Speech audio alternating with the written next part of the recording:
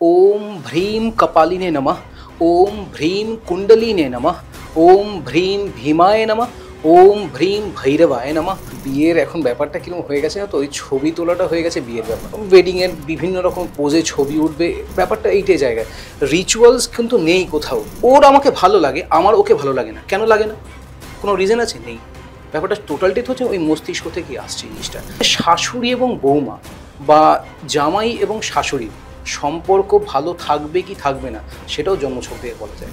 জীবনে যেরকম তোমার ধরো কোনো জটিল রোগ হলে তুমি যেমন একজন ডাক্তারের কাছে যাবে না, সেরকম কিন্তু একজন জ্যোতিষী সে দেখিয়ে দিল সে কিন্তু ভগবান হতে পারে না। যে কোনো রত্নই তুমি একটা নাও ঠিক আছে, ওই ডবল রত্ন নিয়ে তোমার কাজ হওয়ার থেকে তোমার অকাজটা বেশি হয়। জুঁইয়ের আতর তুমি কিন্তু নিয়ে তুমি কিন্তু নিজের নাভিতে অ্যাপ্লাই করতে হবে ফর অ্যাট্রাকশন। ভগবানের সামনে গিয়ে কোনোদিন সোজাসুজি দাঁড়াবে না। তুমি চ্যান্টিং যদি করতে হয় তুমি নিজের ঘরের মন্দিরে বসে করো, কোনোদিনও শনি মন্দিরে গিয়ে বাবু হয়ে বসবে না। এইভাবে ওঠাটা তোমায় স্যাটার্ন দেয়, এইভাবে ওঠাটা তোমায় রাহু দেবে, বৃহস্পতি কিন্তু তোমাকে এইভাবে দেবে। কোনোদিনও কোনো পাওয়ার কিন্তু তোমাকে খারাপ দিতে পারে না যদি না তুমি অন্তর থেকে খারাপ কিছু বা খারাপ মানুষ বা খারাপ কিছু চাইছো বলে। মহাদেব নিজে এসে মাটিতে এসে বলেননি যে আমি মুসলিমকে ধর্ম সম্প্রদায়কে আমি অ্যাবলিশ করে দিতে চাই। যখন মুসলিম সন্তান জন্ম নিল, হিন্দু সন্তান জন্ম নিল, পাশাপাশি রেখে দিয়ে তুমি দেখে বলো তো দেখি কোনটা কার সন্তান, বলতে পারবে? ओम अग्निर्ज्योति रविर्ज्योति चंद्रज्योति तथैव च उत्तम सर्वज्योतीनां दीपयं प्रतिगुज्झतम्। নমস্কার বন্ধুরা, আজকে আমরা আমাদের সঙ্গে পেয়ে গেছি আবার কিংসুকদাকে। কিংসুকদা নমস্কার। আচ্ছা, প্রথমত বলি যে গত দুদিন আগেও আমরা হয়তো এই শুটিংটা করতে পারতাম আমাদের স্টুডিওতে, কিন্তু আমারই এক বন্ধু আর কি লাস্ট মঙ্গলবার বিয়ে করলো এবং খুব হটকারিতার মধ্যে, না সেইভাবে মন্দিরে বা না রেজিস্টার ডেকে কিছু, হুট করে এক বন্ধুর বাড়িতে, তাদের বাড়ির যে ঠাকুর আছে আর কি, তার সঙ্গে একদম কিচ্ছু ছিল না। তো আমি ইনফ্যাক্ট ওদের আমি বারণও করেছিলাম যে এরকম হুট করে মঙ্গলবার বাড়িতে বিয়ে করছে, সেই বিয়েটা কিন্তু আমার মনে হচ্ছে ফ্রুটফুল হচ্ছে না। হট করে বিয়ের ব্যাপারটাও কিন্তু এরকমই আসে, তুমি ঘুমিয়ে থাকবে তোমার পেছনে এসে নক করবে ওর ব্যাপারটা। তো আজকে দাদা আমি সেই বিষয়ে তোমার কাছ থেকে জানবো যে আসল বিয়ে কোনটা, মানে দৈব মতে কি সত্যি কি যেটা সিগনেচার করে খাতায় কলমে বিয়ে হচ্ছে এটা বিয়ে, নাকি? সত্যি কথা বলতে গেলে বিয়ের এখন ব্যাপারটা কিরকম হয়ে গেছে না তো, ওই ছবি তোলাটা হয়ে গেছে বিয়ের ব্যাপার। ছবি তুলবো, প্রি ওয়েডিং হবে, আমার ওয়েডিংয়ের বিভিন্ন রকম পোজে ছবি উঠবে, ব্যাপারটা এইটাই জায়গায়। রিচুয়ালস কিন্তু নেই কোথাও, রিচুয়ালস মানার জায়গাটাও নেই। রিচুয়ালস যদি কেউ ফলো করতে যায় তাহলে অনেক রিচুয়ালস আছে ফলো করার জন্য। বিয়েটা হয়ে গেছে, এখন হচ্ছে তুমি ছবি তোলো, তুমি তোমার গয়না দেখাও, শো অফ করো, বিভিন্ন রকম খাবার হবে, 13, 14, 15, 20 যত রকম আইটেম হবে, একটা ইভেন্ট, ফেস্টিভ্যাল, একটা ইভেন্ট। কিছু বছর আগে একটা বিয়ে বাড়ি গেছিলাম, 27 রকমের মিষ্টি হয়েছিল, ঠিক আছে? তো সে ব্যাপারটা যে খাওয়া দাওয়া এবং এইটা নিয়েই আছে। ঠাকুরমশাই যদি 1 ঘন্টার বেশি 1.5 ঘন্টা বা 2 ঘন্টা পুজো করে দেন, তখন কি তারা শুধু দেবেন না, আমার চোখের সামনে দেখা ঠাকুরমশাইকে 500 টাকা বর নিজে হাতে ঢুকিয়ে দিয়েছে যাতে তাড়াতাড়ি করে পুজোটা শেষ করা যায়, বিয়েটা। ব্যাপারটা হচ্ছে, এবং তুমি একটা জিনিস দেখো, তুমি কোনো বিয়ে বাড়িতে গিয়ে কিন্তু খুব প্রায়শই দেখবে কোনো ছেলে বা মেয়ে মন্ত্র উচ্চারণ করছে, মন্ত্রটা উচ্চারণও করা হয় না। 80% মন্ত্র উচ্চারণ করাই হয় না বা ওটা পালনই করা হয় না। সকাল থেকে নিয়ে শুরু করে একদম ধরে নাও, আমি যখন ওই নান্নিমুখ হচ্ছে বা তার আগে যখন দই চিড়ে খাওয়া হবে, সেইখান থেকে শুরু করে একদম যখন সেই বিবাহটা সম্পন্ন হচ্ছে, মানে অগ্নিকে তুমি নির্বাহন করছো, লাস্টে দুধ দই দিয়ে পান কলা দিয়ে সব কিছুতে নির্বাহন করছো, এই যে টোটাল প্রসিডিওরটার মধ্যে কিন্তু অনেক কিছু ফলো করবার আছে, কিন্তু খুব কম মানুষ আছে সেটা ফলো করে। কিন্তু তুমি একটা জিনিস দেখবে, মারোয়ারি বা এই নন বেঙ্গলিরা কিন্তু যেই ছেলেটি বা মেয়েটি আর কি পুজোয় বসছে, তাদের কিন্তু প্রচণ্ড ইলাবোরেট একটা বিয়ে হয়। বিহারিদের বিয়ে হবে দেখবে প্রচণ্ড ইলাবোরেট, রাত্রি 12টায় বসবে, 5টায় উঠবে, এবং ওরা কিন্তু টোটালটা ফলো করে। কিন্তু আমাদের দেখবে ম্যাক্সিমামই, ধরো যারা বিদেশিদের কথা বলছি না, বাঙালি বা এই মতে তাদের কাছে হচ্ছে এই শো অফটা কিন্তু অনেকটা বেশি থেকে যায়। তো যার কারণ এইটা ব্যাপারটা অতটা ব্যাপারটাকে রিচুয়াল যদি ফলো না করো, ভেতরে অনেক খাদ থেকে যায়। এবং তার সঙ্গেও বলি, কিছু কিছু দিন যেমন বর্জিত, যেমন মঙ্গলবার, শনিবার, রবিবার, এবং সেটা যদি শুক্লপক্ষ পড়ে যায়, শুক্লপক্ষ না হয় সেটা যদি কৃষ্ণপক্ষ পড়ে, তাহলে তো অবশ্যই বর্জিত। অমাবস্যা হলে সেটাও বর্জিত। আর কোন কোন দিন ভালো হতে পারে বিয়ের জন্য? সোমবার, বৃহস্পতিবার, শুক্রবার অত্যন্ত শুভ, এবং যদি সেটা পূর্ণিমা হয়ে যায়, কোনো গুরু পূর্ণিমা, ভালো তিথি হয়ে যায়, এবং তার সঙ্গে সেটা যদি শুক্লপক্ষ হয়ে যায়, তাহলে ব্যাপারটা কি হলো?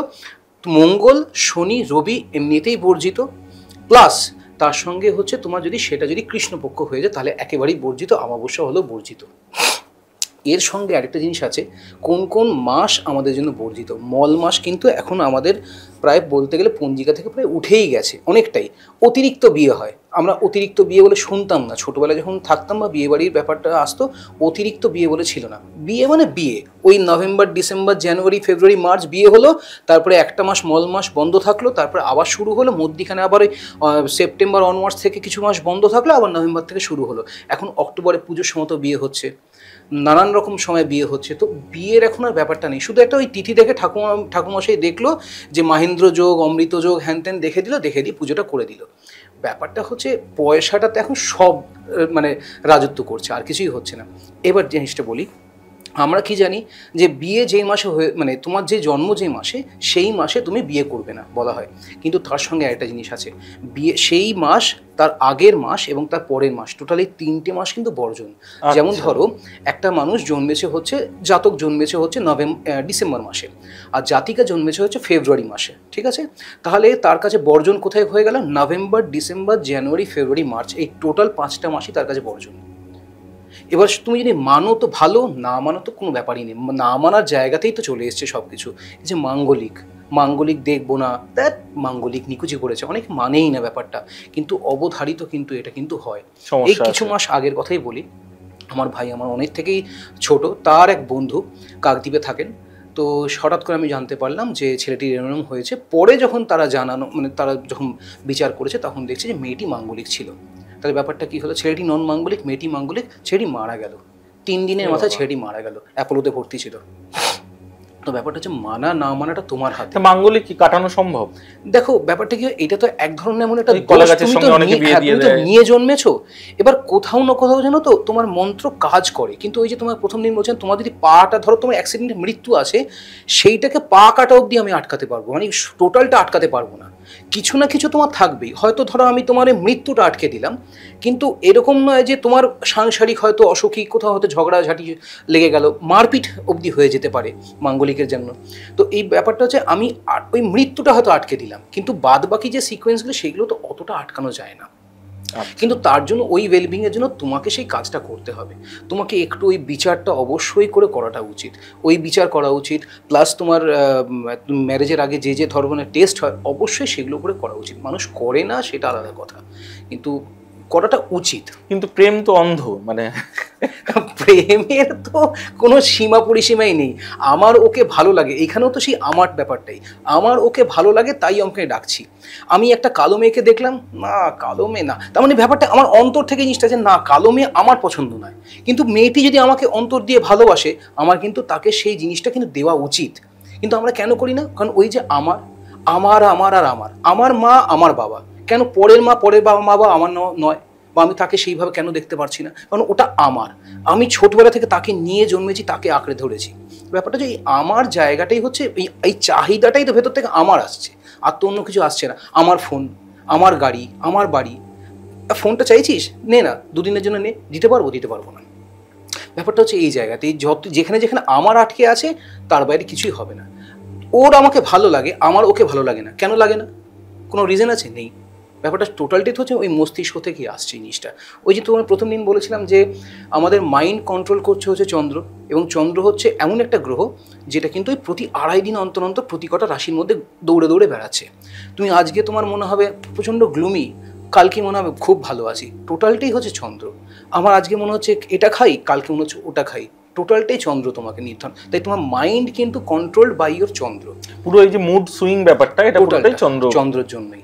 এবং চন্দ্র যত যার স্টেবল হবে, সে তত সেই জায়গাটাকে নিজেকে কন্ট্রোল করতে পারবে, নিজের মাইন্ড কন্ট্রোল যে করতে পারবে, তার মানে জানবে তার চন্দ্র অত্যাধিক রকমভাবে স্ট্রং। তাই চন্দ্রকে আরো স্ট্রং করার কোনো টোটকা বা কিছু তুমি যদি চন্দ্রকে স্ট্রং করা, আমি একটা টোটকা বলেছিলাম তোমাকে প্রথম ইয়েতেই, যে যখন তুমি সোমবার দিনকে যখন ওই শিব লিঙ্গের মাথায় যখন তুমি দুধ দই দিয়ে পঞ্চামৃত দিচ্ছ, বা তুমি ধরো শুধু দুধ দই দিতে পারছো, তো আমি বাকিতে অসমর্থ রয়েছো, ওই যে দুধ দইটা যেটা গড়িয়ে পড়ছে তোমার এই হস্তকমলের মধ্যে, এই হস্তকমল থেকে তুমি নাও, নিয়ে নিজের এই চন্দ্রের স্থানে তুমি লাগাও, লাগিয়ে এই দুটো হাতকে জোড়া করো, এবার ঘষতে থাকো, ওম সোম সময় নামা, ওম সোম সময় নামা, ওম সোম সময় নামা করে 108 বার করতে থাকো। যদি শুকিয়ে যাচ্ছে আরবার নাও, আবার লাগাও, আবার লাগিয়ে ওম সোম সময় নামা করতে থাকো। এইটা একটা তুমি করতে পারো। আর একটা যেটা করতে পারো, বাড়িতেই আছে, অনেকেই করি না, আমাদের মা মা হচ্ছে চন্দ্রের সবথেকে বড় প্রতীক। মাকে যদি তুমি ভালো রাখো, মাকে যদি তুমি ভালোবাসো এবং প্রতি সোমবার না, খুব ভুল বললাম, প্রতি সোমবার কোনো এক সোমবারে, শুক্লপক্ষ সোমবার, এবং যদি সেটা কোনো রকম ভালো কোনো মাস হয়ে থাকে বা মায়ের জন্ম মাস হয়ে থাকে, তুমি মাকে একটা রূপোর কোনো কিছু গিফট করো, পায়ের তোড়া দাও, হাতের কোনো একটা বালা বানিয়ে দাও, কিন্তু রূপোর একটা রূপোর চেন বানিয়ে দাও, অবশ্যই রূপোর। রূপো ইকুয়ালস টু চন্দ্র, মা ইকুয়ালস টু চন্দ্র। চন্দ্রের জিনিস চন্দ্রকে দান করছে, যেমন বলেছিলাম রাহুর জিনিস রাহুকে দান, রাহুর জাতককে, চন্দ্রের জিনিস চন্দ্রকে তুমি দান করছো। মায়ের থেকে বড় জিনিস আর হতে পারে না। মাকে তুমি ভালো রাখো, তোমার শুক্র, এই মা হচ্ছে তোমার চন্দ্র, এবং স্ত্রীকে ভালো রাখো তোমার শুক্র, এই দুটোকে তোমার সেই জায়গায়। আরেকটা জিনিস বলে দিই, সেটা হচ্ছে এই যে শাশুড়ি এবং বৌমা বা জামাই এবং শাশুড়ির সম্পর্ক ভালো থাকবে কি থাকবে না, সেটাও জন্মছক থেকে বলা যায়। সেটা হচ্ছে যদি কোনো জাতক বা জাতিকার, ধরো তোমার সঙ্গে তোমার স্ত্রীর বিয়ে হয়েছে, তোমার জন্মছকে শুক্র এবং চন্দ্র একসঙ্গে কোনো একটা ঘরে রয়েছে, ভালো একটা যোগ, কিন্তু এই যোগটা তোমার মায়ের সঙ্গে তোমার স্ত্রীর সম্পর্ক একবার না একবার ছেদ করবেই, এবং এই যে ছেদ হবে, সেই ছেদটা কিন্তু তুমি বুঝতেই পারবে না কোথা থেকে হলো। বিয়ের পরে দেখছো তোমার মা তোমার বউয়ের সঙ্গে খুব ভালো ব্যবহার, তোমার বউও তোমার মায়ের সঙ্গে খুব ভালো ব্যবহার, হঠাৎ করে কোনো একটা কনজাংশন যখন ওই যখন গোচর ফল তো হয়, এই যে গোচরে ঘুরতে ঘুরতে যখন তোমার ওই জায়গাটা ওটা অ্যাক্টিভ হয়ে গেল, হবেই ওটা। শুক্র চন্দ্র একসঙ্গে থাকলে সেই জাতক বা জাতিকার অপর দিকের তার স্ত্রী বা স্বামীর সঙ্গে তার শাশুড়ি সম্পর্ক ধূলিসাৎ হয়ে যাবেই, হবেই, এটা হবেই। হ্যাঁ, এবার যদি কীরকম হয়, ধরো ছোট্ট একটা নক্ষত্র হিসেবে কোনো যোগাযোগ রয়েছে, সেটা হয়তো অতটা এক্সটেন্সিভ রিজনে যাবে না, কিন্তু এই যে খুন হয়, শাশুড়ি খুন করেছে বৌমাকে, এটা কিন্তু ওই জাতক বা জাতিকার দেখবে ছকে অত্যাধিক, এক হচ্ছে পীড়িত, শুক্রচন্দ্র পীড়িত, প্লাস একই ঘরে হয়তো বসে রয়েছে বা নিচস্থ ঘরে বসে রয়েছে, তাহলে এটা অবধারিত হবে শাশুড়ি খুন করেছে বৌমাকে। এটা কিন্তু ছেলের ছকের থেকে ছিল। তাই ছেলের ছক, মেয়ের ছক থেকেও বলা যায় কিন্তু তার শ্বশুর শাশুড়ির সঙ্গে তার সম্পর্ক কেমন থাকবে, তার শালার সঙ্গে সম্পর্ক কেমন থাকবে, তার শালি তার সঙ্গে ভালো সম্পর্ক রাখবে কিনা। কারুর যদি মঙ্গল তৃতীয় থাকে, মঙ্গল কেতু তৃতীয় থাকে তার শালির সঙ্গে, যা বড় শালি থাকুক বা ননদ থাকুক, সম্পর্ক খারাপ হবেই, এবং তার সঙ্গে তার স্বামী বা স্ত্রীর সম্পর্ক নষ্ট করার জন্য এই শালি বা এই ননদই কিন্তু প্ররোচিত করবে তার ফ্যামিলির লোককে। এটা পুরোপুরিভাবে একদম ডেপিক্টেড, ছক দেখে এগুলো বলা। আচ্ছা, তাহলে তুমি বলছো যে মানে সত্যি এই যে বিয়ের আগে ছক গণনাটা অবশ্যই এটা একদম বলাটা যায় এবং করাটা উচিত। মানা না মানা তোমার হাতে, এখন কে মানবে না মানবে সেটা তো তুমি কিছু করতে পারো না, কিন্তু আমি অবশ্যই বলবো, এটা সাজেস্ট করব। দেখো, আমি তো এখানে কোনো ব্যবসা করার জন্য বসিনি, কারণ আমি একটাই জিনিস চাই যে মানুষ সঠিক রাস্তায় পা দিয়ে হাঁটুক। আজকে তুমি বাড়ি থেকে যদি তোমার ডান পা ফেললে বা বাঁ পা ফেললে ভালো হয়, তা তুমি সেটা করার চেষ্টা করো। আমি এই ধরো তোমার পডকাস্টের মাধ্যমে একটাই জিনিস বলতে চাই যে মানুষ এগুলোকে ফলো, অন্ধবিশ্বাসে বলছি না, কিন্তু ওই বেড়াল রাস্তা কেটে গেল বা এইটা হয়ে গেল, 2 শালিক দেখে আমি চুমু খাচ্ছি, এই জিনিসটা নয়। কিন্তু তোমার যেটা রয়েছে, যেটা তুমি ধরো তোমার জন্মছক নিয়ে জন্মেছো, সেটা অবশ্যই কোনো ভালো অভিজ্ঞ জ্যোতিষীকে দিয়ে অবশ্যই তোমার কিন্তু সেটাকে ট্যালি করা উচিত। এবং তার সঙ্গে একটা কথা বলি, জীবনে যেরকম তোমার ধরো কোনো জটিল রোগ হলে তুমি যেমন একজন ডাক্তারের কাছে যাবে না, তুমি একটা সেকেন্ড ওপিনিয়ন নেবে, সেরকম কিন্তু কখনোই কিন্তু তুমি একজন জ্যোতিষী সে দেখিয়ে দিল সে কিন্তু ভগবান হতে পারে না। তুমি অবশ্যই, তোমার পয়সা হয়তো খরচা হবে, যে তুমি একজন জ্যোতিষীর কাছে যাও এবং সেকেন্ড ওপিনিয়ন নেওয়ার পর সেইখান থেকে কিন্তু তুমি ফিরে এসে একবার নোট ডাউন করো, এ কী বলেছে, ও কী বলেছে। একটু সময় লাগবে, কী বলেছে এটা একটু মিসম্যাচ, কোনটা করছে না দেখো, তারপরে সেই জায়গা থেকে তুমি তোমার ডিসিশনটা নাও। আমি তোমার একটা কথা বলি, সকল জ্যোতিষী যে ভালো আর সকল জ্যোতিষী যে খারাপ সেটা কিন্তু নয়, কিন্তু এখনকার দিনে পয়সার এতটাই ক্রেভ হয়ে গেছে সবার, এই পয়সা, আজকে হয়তো এই কথাটা অনেকের খারাপ লাগবে, কিন্তু যে সৎ জ্যোতিষী তার এই কথাটা খারাপ লাগবে না।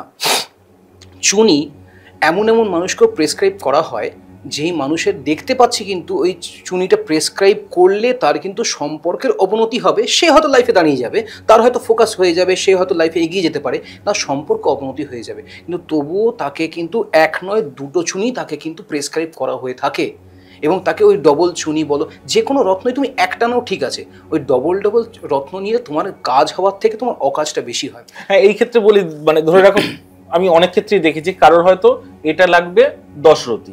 তো তার ক্ষেত্রে 10 রতি এফোর্ড করা তার চাপ হচ্ছে, কারণ যত রতি বাড়ে আমরা জানি একদম দাম বাড়তে থাকে। এবং শুধু রতি বাড়লে দাম বাড়ে না, রতির সঙ্গে সঙ্গে যেটা হয় হচ্ছে ওর পিউরিটি দেখবে যখন তুমি তুলে দেখো, যদি স্বচ্ছ যতটা হবে ওই স্বচ্ছতার উপর আরো দাম বেশি, কারণ যত স্বচ্ছ হবে তার কাজ কিন্তু তত বেশি। তো সেই জায়গায় কি সত্যি এই যে 5-5 করে দুটো পড়লো, কাজ কি একই হয় নাকি খারাপ হয় না ভালো হয়? দেখো আলটিমেটলি ব্যাপারটা হচ্ছে কি হয় জানো তো, ওই যে ধরো তোমার যেটা লাগবে তুমি তদ্দূর অব্দি দিয়েছো ঠিক আছে, কিন্তু যে ধরো তোমার বৃহস্পতি তোমাকে অ্যাজ সাচ সেরকম কোনো ক্ষতি করবে না, কিন্তু নীলা ধর তোমাকে খুব ভালো জায়গায় নিয়ে যেতে পারে, তোমাকে খুব খারাপ জায়গায় যদি না সেই ছকে তোমার সেটা প্রচণ্ড রকমভাবে স্ট্রং থেকে থাকে, পীড়িত যদি না হয়ে থাকে, তখন কিন্তু সেই গ্রহ তুমি যদি বেশি পাওয়ার দাও তখন সে কিন্তু তোমাকে কিন্তু নষ্ট করবে।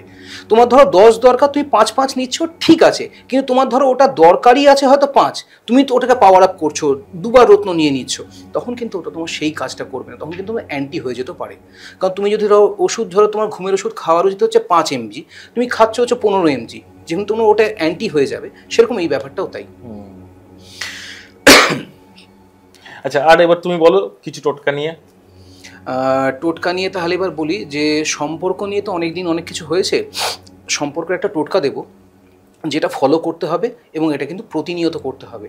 ধরো স্বামীর সঙ্গে স্ত্রীর সম্পর্ক একদম এন্ডে চলে গেছে, ডিভোর্সের মাত্রা অবধি চলে গেছে, হ্যাঁ ডিভোর্স অবধি হয়নি, ডিভোর্সের মাত্রায় চলে গেছে, স্বামী স্ত্রীকে বলছে দেবো না, স্ত্রীও স্বামীকে বলছে আমি থাকবো না তোমার সঙ্গে, এরকম একটা ব্যাপার চলে গেছে, কিন্তু দুজনের মধ্যে একজনের মনের কোথাও কোনায় রয়েছে যে না সম্পর্কটা ঠিক হয়ে গেলে ভালো হয়, তাহলে যেটা করতে পারো সেটা হচ্ছে এই প্রয়োগটা যেটা করতে পারো সেটা হলো বৃহস্পতিবার বা শুক্রবার, অবভিয়াসলি শুক্রবার করাটা খুব শুভ হয়, শুক্লপক্ষের শুক্রবার। এবার আরেকটা কথা বলে দিই, যে কোনো মন্ত্র বা যে কোনো রকম এই যে কার্য করছো, ধরো তোমাকে বললাম সোমবার দিন করো, বা তোমায় বললাম বুধবার করো, বা তোমায় মঙ্গলবার, শুক্লপক্ষটা কিন্তু খুব অবশ্যই করে মেনটেন করা উচিত কৃষ্ণপক্ষের থেকে, কারণ সেইখানে কিন্তু কার্যটা সিদ্ধি হওয়ার জায়গাটা বেশি মাত্রায় থাকে শুক্লপক্ষে যদি করা হয়।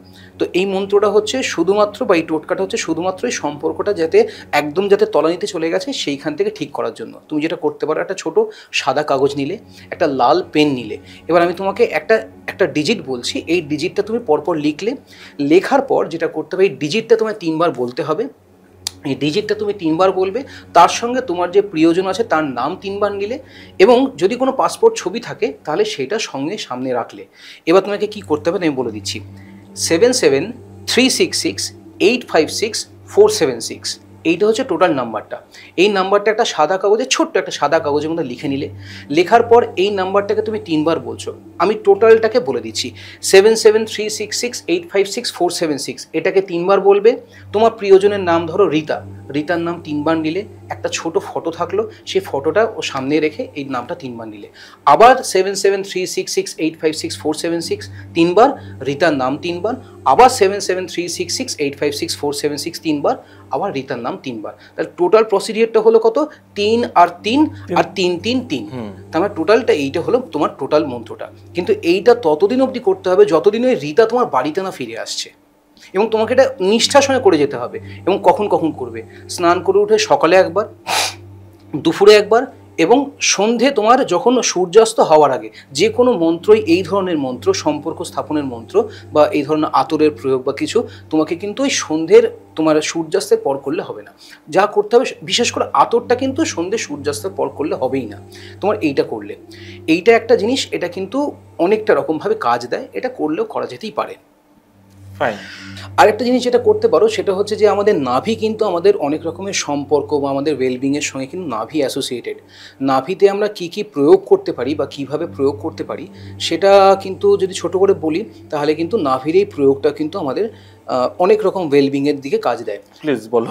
ধরো তুমি তোমার কনফিডেন্স বাড়াতে চাইছো, তো কনফিডেন্স বাড়ানোর জন্য স্নান করে উঠে, টোটাল প্রসিডিওরটা কিন্তু স্নান করে উঠে কনফিডেন্স বাড়াতে চাইছো, নাভিতে কিন্তু তোমার এই ঠিক মঙ্গলের আঙুলের ডগায় তুমি সর্ষের তেল নিয়ে ওখানে দিচ্ছ, এবং ব্যাক অফ দ্য মাইন্ডে তুমি কিন্তু এটাই চান করছো যে ওই আই ক্যান, আই উইল বা এরম ধরনের কিছু, যে আমি এটা পারবো, এই কনফিডেন্সটাকে বাড়ানোর জন্য। এটা হচ্ছে প্রথম, নাভিতে তুমি সর্ষের তেল ব্যবহার করছো। দ্বিতীয়ত হচ্ছে তোমার ওপরে কোনো কালা জাদু বা কিছু হয়ে আছে, তুমি কি করতে পারো, মঙ্গলবার, কোনো শুক্লপক্ষের মঙ্গলবার তুমি হনুমান মন্দিরে গেলে, তুমি দীপ ধূপ দিয়ে পূজা অর্চনা করলে, করার পর যখন চলে আসছো, এই চলে আসার সময় কি করবে, তুমি হনুমানজির বাঁ পায়ের যেখানে সিঁদুর হয় ওই বাঁ পায়ের সিঁদুর তুললে, যদি তুমি মহিলা হও তাহলে তো করতে পারবে না, যদি পুরুষ হও তাহলে তোমার জামা বা ওই গেঞ্জির পকেট থেকে ওই হনুমানজির সামনে দাঁড়িয়ে তুমি ওই তোমার মঙ্গলের আঙুলে ওই ডগায় সিঁদুরটা নিয়ে তোমার ওই নাভিতে আবার প্রয়োগ করলে এবং হনুমানজিকে স্মরণ করে বললে যে আমার ওপর যদি কোনো কালা জাদু নজর দোষ কিছু থেকে থাকে সেটাকে তুমি তাহলে নিবারণ করো।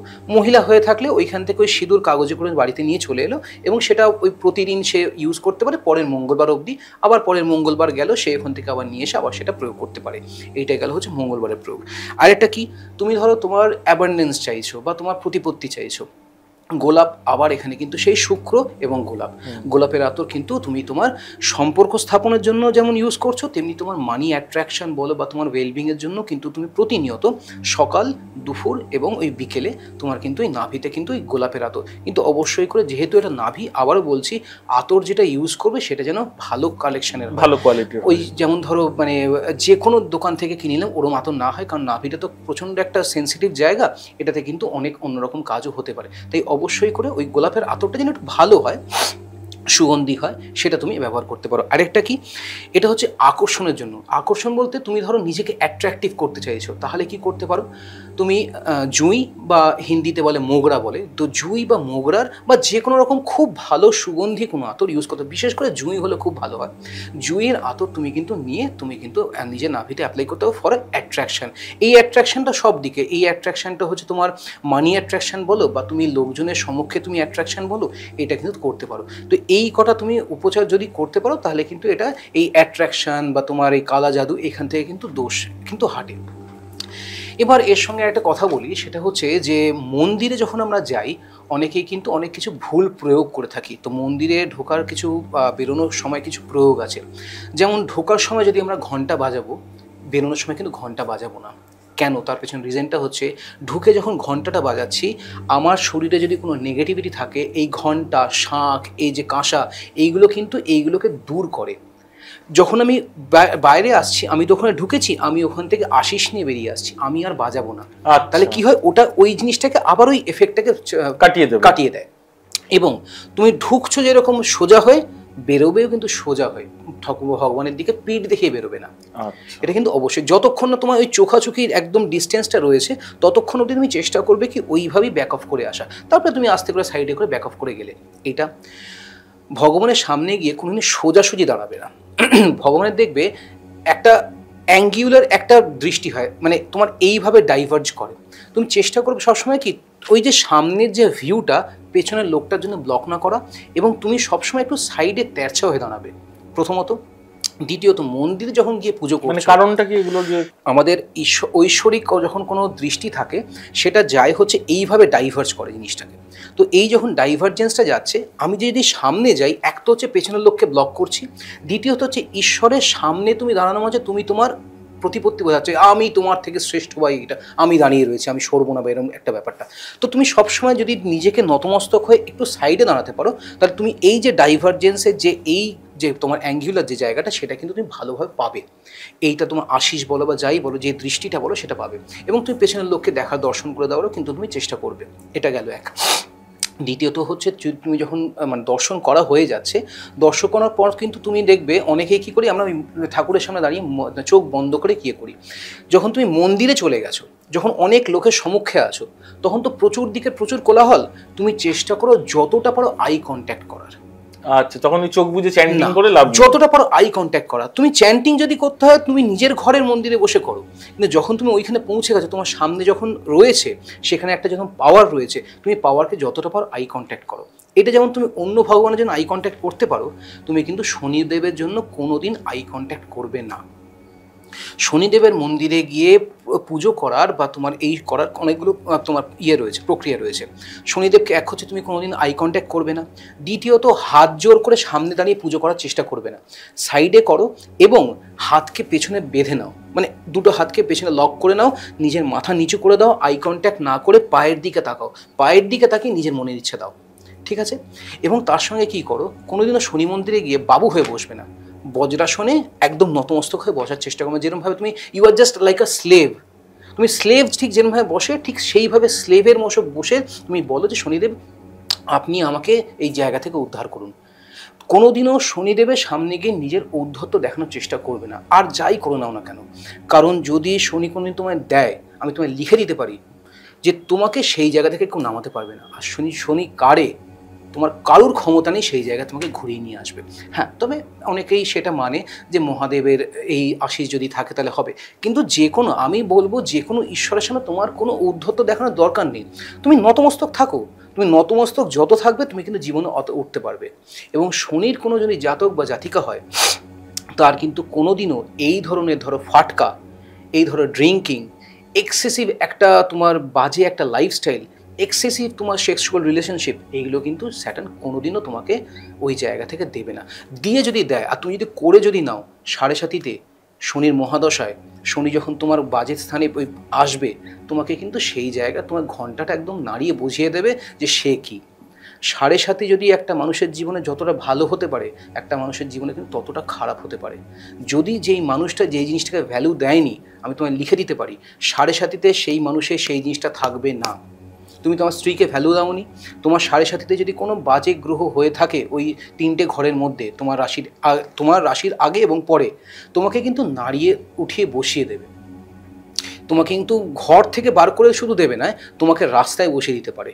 আবার তোমাকে যদি ভালো কর্ম করে থাকো, রাস্তা থেকে তুলে নিয়ে গিয়ে ঘরেও বসিয়ে দেবে। যে কজন বড় বড় ইন্ডাস্ট্রিয়ালিস্ট বলো বা যাই বলো না কেন, রতন টাটা বলো, আম্বানি বলো, এরা কিন্তু যা উঠেছে দেখবে এইভাবে উঠেছে। তো এইভাবে ওঠাটা তোমায় স্যাটার্ন দেয়, এইভাবে ওঠাটা তোমায় রাহু দেবে, বৃহস্পতি কিন্তু তোমাকে এইভাবে দেবে। কিন্তু যেটা তোমায় এইভাবে দেবে না, সেটা কিন্তু এইভাবে নাবে না অ্যাজ সাচ। যদি না তোমার কর্মটাও তার সঙ্গে ঠিক করতে থাকো, এই টাইমে ফ্লো হতেই থাকবে। এইটা হচ্ছে তোমার একদম অবধারিত স্যাটার্নের। আমাকে তুমি একটা কথা বলো যে হিন্দুদের কি মসজিদে যাওয়া উচিত? আমার নিজের বাড়ি মসজিদের সামনে, শুধু মসজিদের সামনে না, বিশাল বড় একটা মসজিদের সামনে। আমি প্রতিদিন দেখি আমাদের বাড়ির সামনে একজন দোকানদার আছে, তার স্ত্রী শুধু ওই মসজিদে যায় না, মসজিদে ঢোকে, মসজিদে জল দেয়, তিনি ধূপ দেন, তিনি কিন্তু হিন্দু মহিলা। তো তার কিন্তু এখনও আস্তে আস্তে দেখিনি তার জীবনে কিন্তু কোনো খারাপ কিছু হয়েছে বলে, তার কিন্তু ভালোই হচ্ছে বই, খারাপ হচ্ছে না। তার স্বামীর একটা দোকান রয়েছে, ছোট্ট মুদিখানার দোকান রয়েছে, তার স্বামীর দোকান ঠিকঠাক চলে, কিন্তু আমি এখনও পর্যন্ত তার দেখলাম না যে সেই মহিলা কিন্তু ধূলিসাৎ হয়ে গেছে যে তিনি হিন্দু হয়ে মসজিদে গেছেন। এই কনসেপ্টটা কী জানো তো, আল্লাহ বলো, যিশু বলো, বা আমাদের হিন্দু যত দেবদেবী বলো, টোটালটাই তো সব পাওয়ার। আমি অন্তত মনে করি কোনোদিনও কোনো পাওয়ার কিন্তু তোমাকে খারাপ দিতে পারে না, যদি না তুমি অন্তর থেকে খারাপ কিছু বা খারাপ মানুষ বা খারাপ কিছু চাইছো বলে। কারণ টোটালটাই হচ্ছে পাওয়ার। আজকে যদি মুসলিম ধর্ম যদি আল্লাহ বলে যদি শান্তি পায়, আমরা হিন্দুরা আমরা যদি মহাদেব জয় শ্রীরাম বলে যদি শান্তি পাই, তাই সেটা শান্তির জায়গায়। এটা কিন্তু এই জায়গায় নয় যে আমি ওখানে ঢুকতে পারবো না, ওটা নিষিদ্ধ নই। আমি নিজে প্রচুর জায়গায় ঘুরেছি, আমি আজমেরে গেছি, আমি হাজিয়ালিতে গেছি, আমি প্রচুর জায়গায় ঘুরেছি, প্রচুর এরকম আমি মসজিদ গির্জায় আমি গেছি, আমি থেকেছি পর্যন্ত 2012, 13, 14 সালে আমি একটা সময় প্রচণ্ড রকমভাবে এগুলো ট্রাভেল করতাম, কিন্তু কোথাও থেকে আমি কোনো নেগেটিভ ফল পাইনি। একদম ঠিক কথা, মানে বোম্বেতে হাজিয়ালিতে আমিও ঘুরে এসেছি। আমি নিজে ব্রাহ্মণ সন্তান শুধু নয়, আমি পুজো আচ্ছা এই সব কিছু করে একসময় যজমানিও করতাম, কিন্তু তারপরেও যখন আমি যদি যেতে পেরেছি, আমি অন্তত মনে করি এই গোড়ামো থেকে কিন্তু যদি বেরোতে পারা যায়, তাহলে কিন্তু এইগুলো থেকে বেরোতে পারা যাবে। তাহলে তুমি এটা কিন্তু হিন্দুদের বোঝাতে পারো। হিন্দুদের কি গোড়ামো তাহলে বেশি? কারণ এখনো অনেক মন্দির আছে, নাম নিচ্ছি না, যেখানে কিন্তু মুসলিমদের প্রবেশ করতে দেওয়া হয় না। ব্যাপারটা হচ্ছে যে এই গোড়ামোর জায়গাটা কি জানো তো, সেটা হচ্ছে যে দুই ধর্মেরই এটা রয়েছে। আমি আজকে তোমার একটা কথা বলি, এই যে ধর্মের যে ধর্মাবলম্বী যে মানুষগুলো যারা ধর্মকে প্রচার করছে, তারা কিন্তু এখানে কোথাও না কোথাও আমাদের মাথার মধ্যে ছোটোবেলা থেকে ইনজেকশনের মতো ঢুকিয়ে দিয়েছে, যার জন্য কিন্তু আমরা এর থেকে বেরোতে পারি না, যে এইটার মধ্যে, ওটার মধ্যে। তো এইটা যদি না থাকতো, আজকে যদি একটা সন্তান যখন জন্ম নেয়, আবারও বলছি, যখন মুসলিম সন্তান জন্ম নিল, হিন্দু সন্তান জন্ম নিল, পাশাপাশি রেখে দিয়ে তুমি দেখে বলো তো দেখি কোনটা কার সন্তান, বলতে পারবে? বলতে পারো। যখন যত বড় হতে থাকবে, ও পইতে পড়বে, ওর মাথায় টিকি রাখবে, ও টুপি পরবে, ও দাড়ি রাখবে, ওর মুসলমানি হবে, এইগুলো দেখে আস্তে আস্তে ওর ড্রেসিং সেন্স দেখে বুঝতে পারি এই মুসলিম মহিলা, এ হচ্ছে হিন্দু মহিলা, ও হচ্ছে মুসলিম ছেলে, এ হচ্ছে হিন্দু ছেলে, ও হচ্ছে শিখ। তাহলে আমাদের কে? আমরা জন্মের পর তো আমাদের কেউ ডিভাইড করছে না, জন্মের পরেই ডিভাইড করছে, জন্মের সময় তো কেউ ডিভাইড করছে না। ঈশ্বর বলো, আল্লাহ বলো, আমাদেরকে তো পাঠিয়ে দিয়েছে। কিন্তু আমরা টোটালটাই ওই নিজের ইনজেকশনটা কিন্তু ওইভাবে দিচ্ছি। তুমি তোমার ছেলেকে যদি আজকে এই শিক্ষাটা দাও যে সকল ধর্ম সকলের জায়গায়, কাউকে আমি ছোট বড় করে দেখবো না, ঠিক আছে, এই শিক্ষাটা তুমি শুধু দিচ্ছ না, এই শিক্ষাটা তোমার ছেলেকে দিচ্ছে, এইভাবে যদি পাস অন হতে থাকে না, এই জায়গাটায় দাঁড়াবে না। এই জায়গাটা কিন্তু শুধুমাত্র কিন্তু আমাদের মস্তিষ্ক প্রসূত, যে এইটা ওটা ওটা। কোথাও তুমি দেখেছো, একটা কথা বলো তো, একটা হিন্দুর একটা মন্দির, একটা মসজিদ তুমি পাশাপাশি দেখো তো দেখি, বোম ফাটবে? আছে তো, আমাদের এইখানেই রয়েছে, কলকাতার মধ্যেই রয়েছে, অনেকগুলো জায়গায় রয়েছে মন্দির এবং মসজিদ পাশাপাশি। তুমি দেখো তোমার সামনেই রয়েছে, প্রিন্স আনোয়ার শাহর মোড়েই রয়েছে, প্রিন্স আনোয়ার শাহর মোড়েই কিন্তু একটা তোমার কসাইয়ের দোকান রয়েছে, তার পাশে একটা মন্দির রয়েছে, তার পাশে একটা ছোট্ট দেখবে একটা ওদের মসজিদে যেরকম আর কি ওই ইয়ে রাখা থাকে তেরকম একটা রয়েছে। কি হয়েছে? বোম ফেটে গেছে? কিছু তো হয়নি। ওখানেও ধূপ দেখাচ্ছে, পাশে একজন মুসলিম মহিলাও ধূপ দেখাচ্ছে। না, কিন্তু তাহলে হিন্দুদের কিছু মন্দিরে মুসলিমদের ঢুকতে দেওয়া হয় না কেন? হয় না কেন, এই কেন তো তুমি ব্যাখ্যা দিতে পারবে না। মহাদেব নিজে এসে মাটিতে এসে বলেননি যে আমি মুসলিমকে ধর্ম সম্প্রদায়কে আমি অ্যাবলিশ করে দিতে চাই। আজকে কি মা কালী নেমে এসে বলেছিল যে কোনো মুসলিম আমাকে এসে আসতে পারবে না, আমার কাছে দিতে পারবে না পুজো? বলেনি তো এটা। তো এই যে যখন বলেনি, এটা কোথাও শাস্ত্রেও তো লেখা নেই যে না মুসলিম মানুষ এখানে ঢুকতে পারবে না, বা কোরআন পুরাণেও কোথাও লেখা নেই যে হিন্দু মানুষ এখানে আসতে পারবে না। তো এইটা তো হচ্ছে মস্তিষ্ক প্রসূত, এটা করে করে করে করে এই জায়গাটা আমরা এনে দিয়েছি। এটার ব্যাপারটা কি হয়ে যাচ্ছে না, এটা ব্যাপারটা এরকম হয়ে যাচ্ছে যে আমার পছন্দ নয়, ওই যে বললাম আমার পছন্দ নয় তাই হবে না। দেখো কোনো না কোনো একটা হিন্দু এমন মানে উচ্চতর জায়গায় কোনো একজন পণ্ডিত তিনি এটাকে করে দিয়ে গেছেন ওই মন্দিরের জন্য, যে ইহা পে কোই নেই আয়েগা, কোই और धर्म का कोई नहीं आएगा, सिर्फ हिंदू रहेंगे। তো এই যে কথাটা বলে দিয়ে গেছেন, এইটা পাস অন করে দিয়ে গেছেন, তো এটি পাস অনই হতে থাকছে। এরকম অনেক কিন্তু মন্দির আছে যেখানে কিন্তু মুসলিমরা ঢোকে। আমার নিজের বন্ধু, সেও কিন্তু শুধুমাত্র মুসলিম নয়, একদম ওই মুসলিম কমিউনিটিতে ওই জায়গাতেই থাকে, সে কিন্তু মন্দিরে যায়, পুজো দেয়, এবং শুধু পুজো দেওয়া নয়, সে কিন্তু সব কিছু ফলো করে এবং গোমাংস সে টাচও করে না। সে কিন্তু মুসলিম ধর্মেরই একটি ছেলে। এটা তোমার টোটালটাই মস্তিষ্ক প্রসূত, এটা তুমি বার করতে পারবে না। কেন? এই কেনর কোনো ব্যাখ্যাই নেই। আজকে যে এত লাঠালাঠি হচ্ছে কেন, কিসের জন্য, তো তুমি এই কেনটার কোনো প্রশ্নের উত্তরটাই তুমি বার করতে পারবে না কেন। আচ্ছা দাদা, তোমার এর আগের এপিসোড অনেক মানুষ দেখেছে, অনেকে কমেন্টস করেছে, যেটা আমরা দিয়েছিলাম যে কোন সময় একটা ইন্টিমেট রিলেশনে যাওয়া উচিত একটা নতুন সন্তানকে পৃথিবীতে আনার জন্য। তো সেই বিষয়ে অনেকের অনেক রকমের এনকোয়ারি ছিল আর কি। তো তার মধ্যে একটা প্রশ্ন ছিল যে কোন সময়টা ভালো বা কোন তিথি নক্ষত্র আরো বেশি ভালো বা অ্যাপ্রোপ্রিয়েট হয়, হ্যাঁ, সেই নিয়ে যদি কিছু বলো। যেমন আগের দিনকে তোমায় বলেছিলাম যে ওই 3টে ঋতুর ব্যাপার থাকে, ওয়াত কফ পিত্ত যেটা বলেছিলাম। তো দেখো এত মেনটেন করে তো করে না, কিন্তু আমি বলবো করাটা উচিত। এবার কেন করা উচিত না উচিত, এটা হচ্ছে টোটালটাই হচ্ছে শাস্ত্রমতে এবং আয়ুর্বেদিক মতে। তুমি যখন ধরো তোমার গর্ভধারণের সময়, তোমার ধরো বিয়ে হয়ে গেছে, গর্ভধারণের কথা ভাবছো, তোমার এই 3টে ঋতুর মধ্যে সব থেকে যেটা এফেক্টিভ ঋতু সেটা হচ্ছে কফ, ওয়াত কফ পিত্ত। এই কফটা হচ্ছে এমন একটা টাইম যেই টাইমে তোমার শুক্রাণু বা তোমার সিমেনের যে তোমার পাওয়ারটা বেশি থাকে, এবং তোমার সিমেনের যে গ্রোথ বা সিমেনের যে তোমার ভলিউম সেটাও বেশি থাকে। এই ওয়াথের তোমার সিজনাল টাইম কোনটা? এই ওয়াথের সিজনাল টাইম হচ্ছে from late December till March or এপ্রিলের ধরে নাও 15 অব্দি, এটা হচ্ছে তোমার ওই কাফ টাইমটায়। এবার এই কাফ টাইমের মধ্যেও কিন্তু তোমার দিনের মধ্যেও যেই সময়টা, সেটাও বলে দিই, সেটা হচ্ছে এই সকাল 6টা থেকে মোটামুটি হচ্ছে সকাল 10টা। এবং সেই সকাল 6টাটা কখন, তোমার ধরো বাড়িতে ধরো তোমার মন্দির আছে, পুজো আচ্ছা হয়ে গেছে, তারপর থেকে নিয়ে তুমি সকাল 10টা অবধি একটা টাইম, আরেকটা হচ্ছে সন্ধ্যে 6টা থেকে 10টা বলা হয়, কিন্তু আমি বলবো ওই গোধূলি লগ্ন বা ওই পুজোর যে সময়টা তুমি ক্রস করে দিচ্ছ সন্ধ্যে দেওয়ার সময়টা, ওই 7টা থেকে নিয়ে 10টা। তাহলে 7টা থেকে 10টা, এখানেও 7টা থেকে 10টা, সকাল 7টা থেকে 10টা, সন্ধ্যে 7টা থেকে 10টা, লেট ডিসেম্বর টিল মার্চ। তুমি দেখবে আমাদের ম্যাক্সিমাম কিন্তু এই বিয়েটা যেটা, সেটাও কিন্তু আমাদের শীতকালেই হয়। এটা কিন্তু আয়ুর্বেদিক মতেই কিন্তু এটা এসেছে, কারণ ওই সময়টাতে আমাদের শরীরের অনেক কিছু চেঞ্জেস থাকে, এবং একটা ছেলের যে গর্ভধারণের জন্য যা যা দরকার, সেই সিমেন্টটা বা সেই শুক্রাণুটাও কিন্তু সেই সময়টা অনেকটা বেশি থাকে, যার জন্য ওয়াত কফ পিত্তের মধ্যে এই তোমার কফ টাইমটাই কিন্তু বেশি করে ডিপিক্টেড। এবং কেন ডিপিক্টেড? কফের মধ্যে থাকে কি, কফের মধ্যে হচ্ছে তোমার ওয়াটার অ্যান্ড আর্থ এলিমেন্টস থাকে এই কফ টাইমটার মধ্যে, বাকিটার মধ্যে হচ্ছে fiery and wind. Fire and wind কিন্তু সিমেনের জন্য ভালো নয়। এই ওয়াটার অ্যান্ড আর্থ, ভূমির সঙ্গে এবং জলের সঙ্গে যতটা সংস্পর্শ, সেই জিনিসটা কিন্তু তোমাকে সেই গর্ভধারণের জন্য ততটাই এফেক্টিভ জায়গাটা দেবে। আচ্ছা দাদা, তুমি আমাকে একটা জিনিস বলো, সেটা হচ্ছে মানুষে তো প্রফেশন হিসেবে বিভিন্ন জিনিস বেছে নেয়, তো সেগুলো তো অ্যাস্ট্রোলজি মতে আমরা জানতে পারি কার কোন দিকটা। যেটা জানতে পারি না সেটা হচ্ছে কেউ লটারি পাবে কিনা, বা শেয়ার মার্কেটে কেউ টাকা লাগাবে, কোনটায় লাগাবে না, এগুলো কি বলা সম্ভব অ্যাস্ট্রোলজি দিয়ে? বলা সম্ভব, এবং বলা কখন সম্ভব নয় সেটাও বলে দিই। ধরো কোনো ঘর বা কোনো গ্রহ, মানে তোমার কোনো রাশিতে বা তোমার কোনো ঘরের মধ্যে অত্যাধিক গ্রহ বসে আছে, 4-5 গ্রহ বসে আছে, সেই লোকটা কিন্তু ওই জ্যাক অফ অল ট্রেডস টাইপের হয়ে যায়। এবং সেই ঘরটা যদি তার 10th হাউস অ্যাসোসিয়েটেড হয়, 4th এবং 10th যেরকম হচ্ছে সমসপ্তমে রয়েছে, এইরকম যদি হয়ে যায় এবং সেখানে যদি 4-5 গ্রহ অধিক গ্রহ থেকে থাকে, তখন কিন্তু সেই মানুষটা ওই একটা প্রফেশনের সঙ্গে থাকবে না। সে কোনো সময় হয়তো দুধ দিচ্ছে, সে কোনো সময় হয়তো পেপারও দিচ্ছে, সে কোনো সময় হয়তো রাজমিস্ত্রির কাজও করছে, আবার সে গিয়ে দেখবে বাড়িতে বসে হয়তো এডিটিংও করছে রাত্রিবেলা, আবার হয়তো সে কোথাও গিয়ে হয়তো বা মাইকে গিয়ে সেখানে স্লোগানও দিচ্ছে। এই বিভিন্ন রকম জিনিসের সঙ্গে সে কিন্তু অ্যাসোসিয়েটেড থাকবে। কিন্তু হ্যাঁ, যদি একটা দুটো গ্রহ থাকে এবং সেটা যদি বেনিফিশিয়াল হয়ে থাকে, তার 10 হাউস অ্যাসোসিয়েটেড থাকুক, তাহলে কিন্তু এটা বলা সম্ভব যে সেটা করবে কি করবে না। এবং তুমি যখন স্টক মার্কেট নিয়ে বললে, তাহলে স্টক মার্কেট নিয়ে বলি, সেটা হচ্ছে যে কিছু কিছু জায়গা থাকে ঘরের মধ্যে, যেই দিকে ফেস করে বসলে বা যেই দিকে বসে তুমি যদি তোমার এই ট্রেডিং বলো বা তুমি মার্কেট রিলেটেড কিছু কাজ করো, তাহলে সেটা কিন্তু বেনিফিশিয়াল হয়।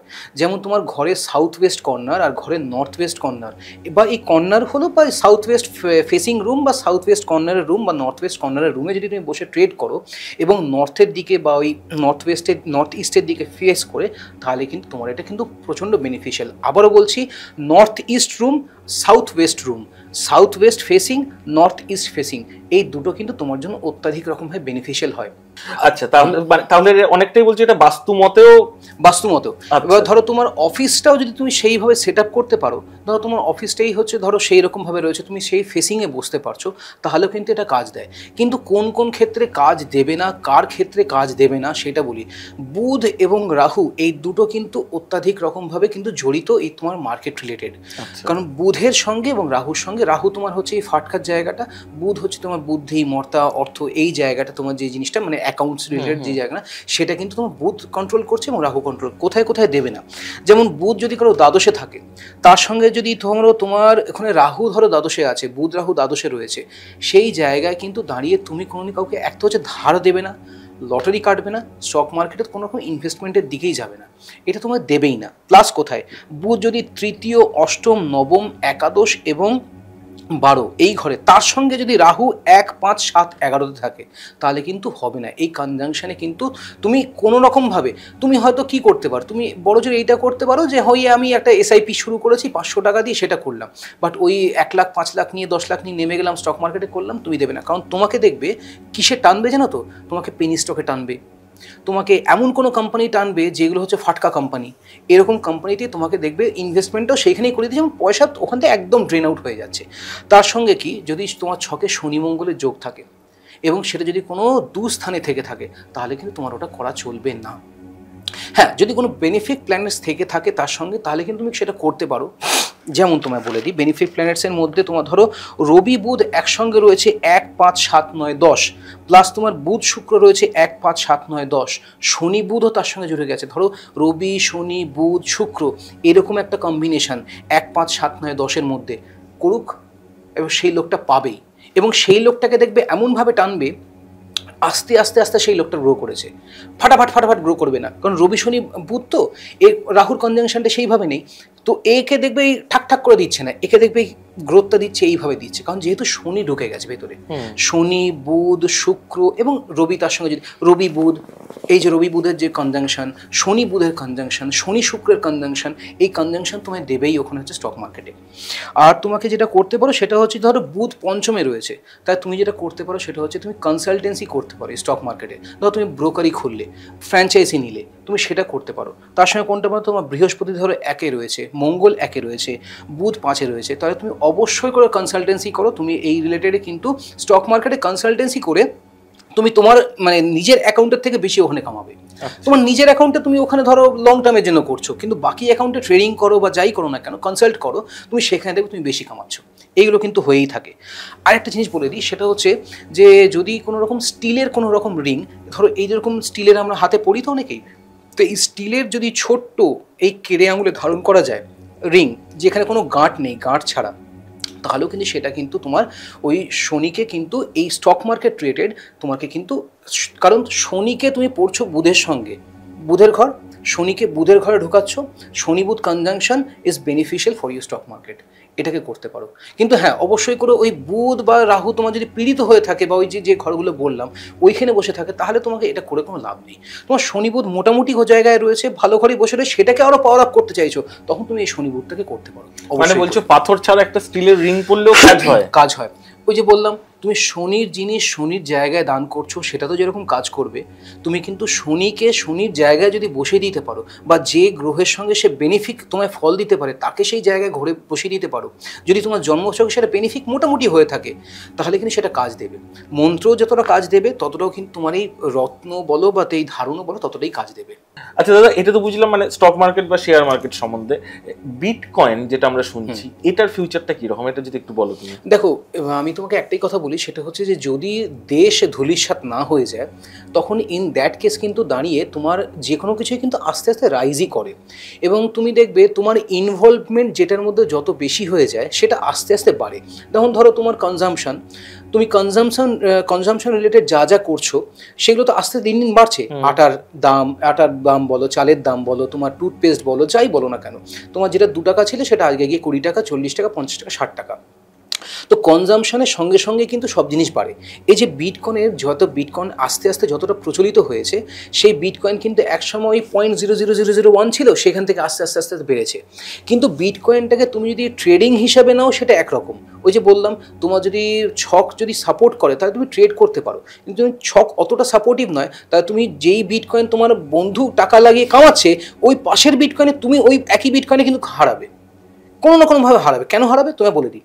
ধরো ও লাগিয়েছে, ওর সময়সীমা হচ্ছে 10 বছর, তুমি লাগিয়েছো, তোমার ওই টাকাটাই কিন্তু যে টাকাটা লাগিয়েছো সেটা 7 দিন বাদেই লাগবে। তুমি লাগিয়েছো আর তোমার কপালটা এমনই হলো বিটকয়েন ঠিক 20% ক্র্যাশ করলো, তুমি কি করবে বুঝতে পারছো না, তোমাকে বার করে নিতে হলো। কিন্তু তোমার বন্ধুর কিন্তু বার করে নেওয়ার জায়গা নেই। তো বন্ধু বলছে আমি 20 লাখ টাকা লাগিয়েছি, আমি 20 বছর বসে থাকবো, বিটকয়েন যেখানে খুশি যাক, ওর এই রিস্কটা নেওয়ার মতো ক্যাপাবিলিটি আছে, কিন্তু তোমার এই রিস্কটা নেওয়ার মতো ক্যাপাবিলিটি, মঙ্গল অতটাই স্ট্রং, ওকে একদম ওই জায়গাটা দিয়ে রেখেছে, ও চন্দ্র স্ট্রং, মঙ্গল স্ট্রং, ও মানে আমি অচল, আমি ওই জায়গাটা অটল হয়ে বসে থাকবো। তার মানে শেয়ার বা ট্রেডিং যে কোনো কিছুতে ইনভেস্ট করার আগে আমি বলবো একবার করে গাইডেন্সটা নিয়ে নেওয়া উচিত। একদম উচিত। এবার তার সঙ্গে বলি, তুমি এটার সঙ্গে নিজের ধরো অভাব অনটন বা প্রতিপত্তিটাকে কিভাবে তুমি একটু এনার্জাইজড করতে পারবে। সবার ঘরেই মোটামুটি তুলসী গাছ থাকে, এবং তুলসী গাছের ওপরে দেখবে মঞ্জরি হয়। এই যে তুলসী গাছের যে মঞ্জরি যখন শুকিয়ে যায়, আমরা অনেকে ভেঙে ফেলে দিই, বা ওই তুলসী গাছ ছোটবেলায় মনে হচ্ছে ওটা ভেঙে কালো কালো বীজগুলো খেতাম। ঠিক আছে, যদি খিদে পেয়েছে খেয়ে নিয়েছো, সেটা নয়। আচ্ছা, সেটার সঙ্গে যেটা করতে পারো, এই যে তুলসী গাছের মঞ্জরি যখন শুকিয়ে গেল, এবং তুলসী গাছের ধরো একটা ডাল শুকিয়ে গেল, ভেঙে নিজের কাছে নিয়ে এসো। নিজের কাছে নিয়ে এসে কী করছো, কোনো শুক্লপক্ষের শুক্রবার, আবার বলছি বৃহস্পতি, শুক্রবার বা সোমবার শুক্লপক্ষের হতে হবে, ওটাকে তুমি ভাঙছো, ভেঙে নিয়ে আসছো, নিজের মানি ব্যাগ রাখছো, নিজের যে কোনো রকম যে দেরাজে তুমি টাকা পয়সা রাখো সেখানে রেখে দিচ্ছ, বা নিজের লকার বা সেফ যেখানে আছে সেখানে রেখে দিচ্ছ, প্লাস নিজের যে ল্যাপটপ কম্পিউটারে কাজ করো তার পাশে একটা ছোট্ট জায়গা করে সেখানে রাখছো, বা ওই ল্যাপটপের ওপরেই সেলোটেপ দিয়ে চিটিয়ে রাখছো। তো এই মঞ্জরি কিন্তু তোমাকে ওয়েলবিংয়ের জন্য অনেক সাপোর্ট করবে, এটা একটা।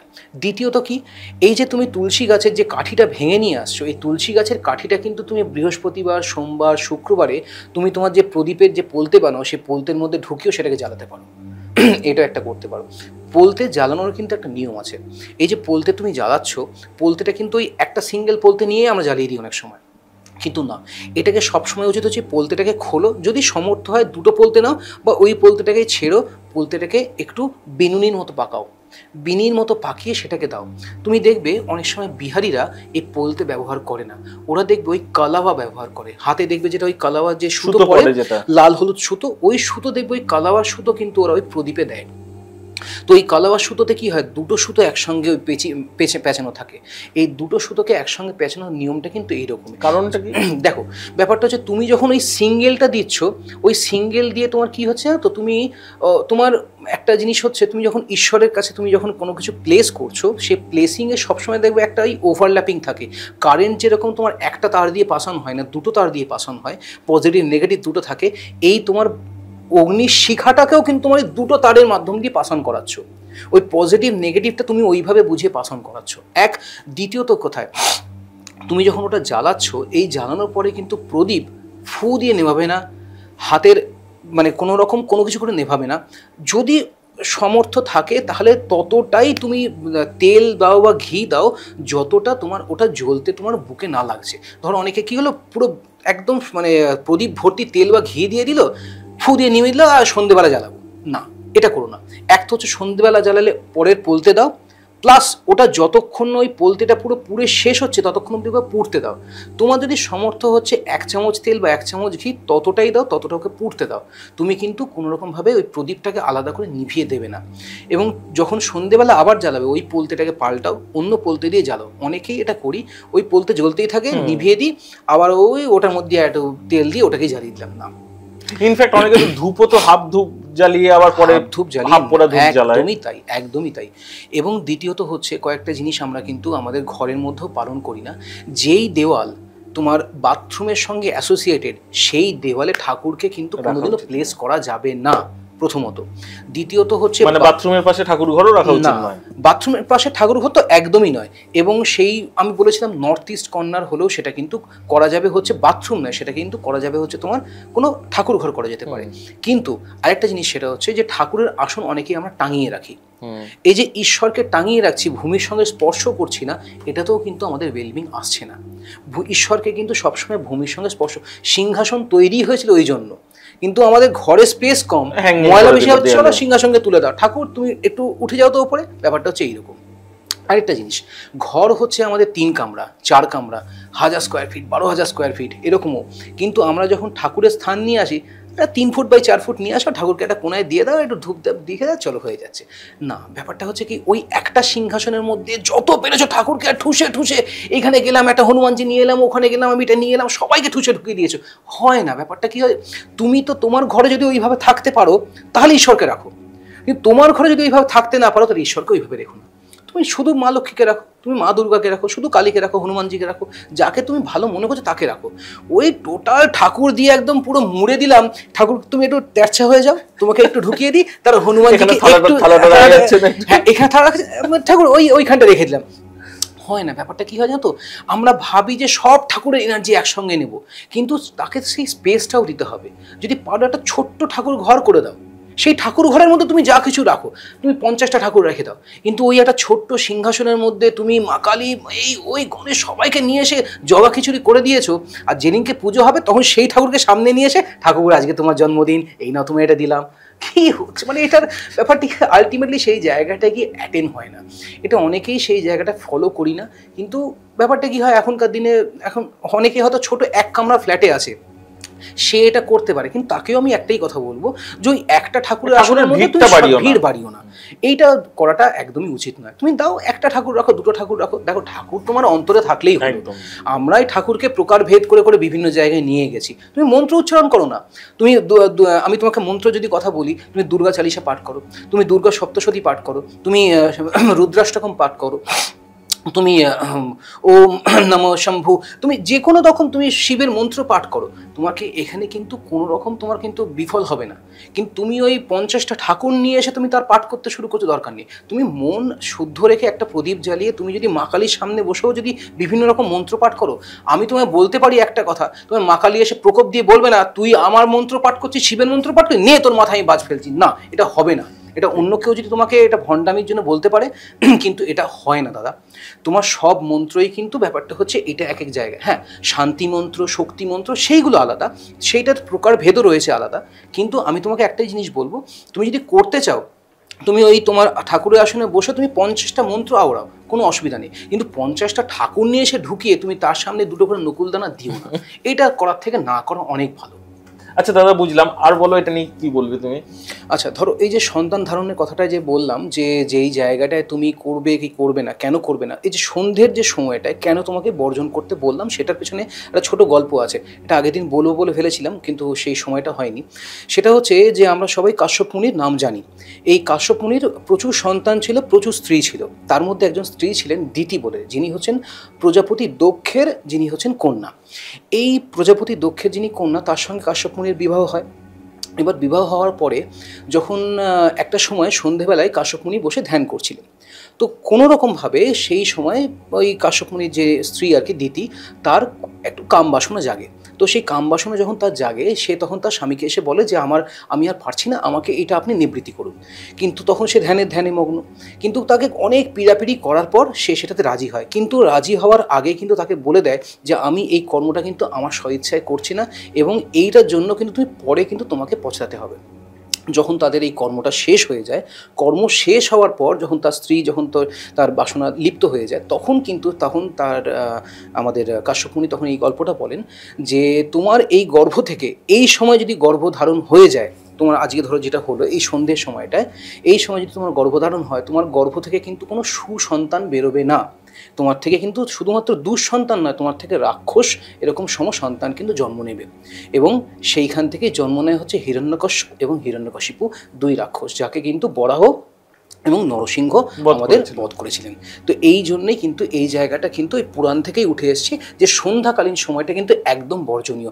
তুমি মিলনের জন্য বর্জনীয় এবং গর্ভধারণের জন্য তো অবশ্যই বর্জনীয়। তুমি কোনো সেফ সেক্স করছো সেটা আলাদা কথা, কিন্তু আমি তবুও বলবো সেফ সেক্সে না যাওয়ার জন্য ওই টাইমটাকে বাদ দিয়ে দাও। ওই 7টা 7:30টার পর থেকে নিয়ে 10টা অবধি যেটা কাফ টাইম বলেছি, সেটা তুমি করতেই পারো, অসুবিধা নেই। আচ্ছা দাদা, বুঝলাম। এবারে বলো, তুমি আমাকে প্রথমেই বলেছিলে যে আজকে কয়েকটা মন্ত্র আমাদের অডিয়েন্সকে, হ্যাঁ, মন্ত্র দিয়ে যদি উদ্ধার করা যায় কিনা নিজে। একদম। তুমি পূজার জন্য এসে বসছো, এবার পূজার জন্য এসে যখন তুমি স্নান করে এসে বসছো, তুমি যা তোমার উপচার করে এসে বসলে, তুমি যেটা করতে পারো। আচ্ছা, আরেকটা জিনিস বলে দিই, সেটা হচ্ছে যখন তুমি পূজার আগে যখন স্নানে যাচ্ছ, এই যে স্নান করার কিছু কিছু প্রক্রিয়া রয়েছে। তুমি স্নান যখন শুরু করছো, তখন কিন্তু তুমি প্রথম যে জলটা ঢালবে, তুমি তোমার কিন্তু পা থেকে ঢালবে। শাওয়ারের তলায় যদি আমরা দাঁড়াই, আমরা এখন শাওয়ার হয়ে গেছে তো খুব ইজি হয়ে গেছে, শাওয়ারটা চালালাম, মাথা দিয়ে দাঁড়িয়ে পড়লাম না। আমরা যেরকম পুকুর বা নদীতে গেলে যেরকমভাবে আমরা আস্তে আস্তে নাবি, এরকমভাবেই কিন্তু আমাদের স্নান করার সময়তেও কিন্তু আমাদের ওই বরুণকে সেইভাবেই আস্তে আস্তে নিচ থেকে ওপরে কিন্তু তোলা উচিত। এটা হচ্ছে প্রথম। এবার চলে আসি হচ্ছে তোমার মন্ত্রর দিকে। তুমি যখন এসে বসছো পূজা করার জন্য, তুমি প্রথম কিছু কিছু মন্ত্র তুমি এখানে উচ্চারণ করতে পারো।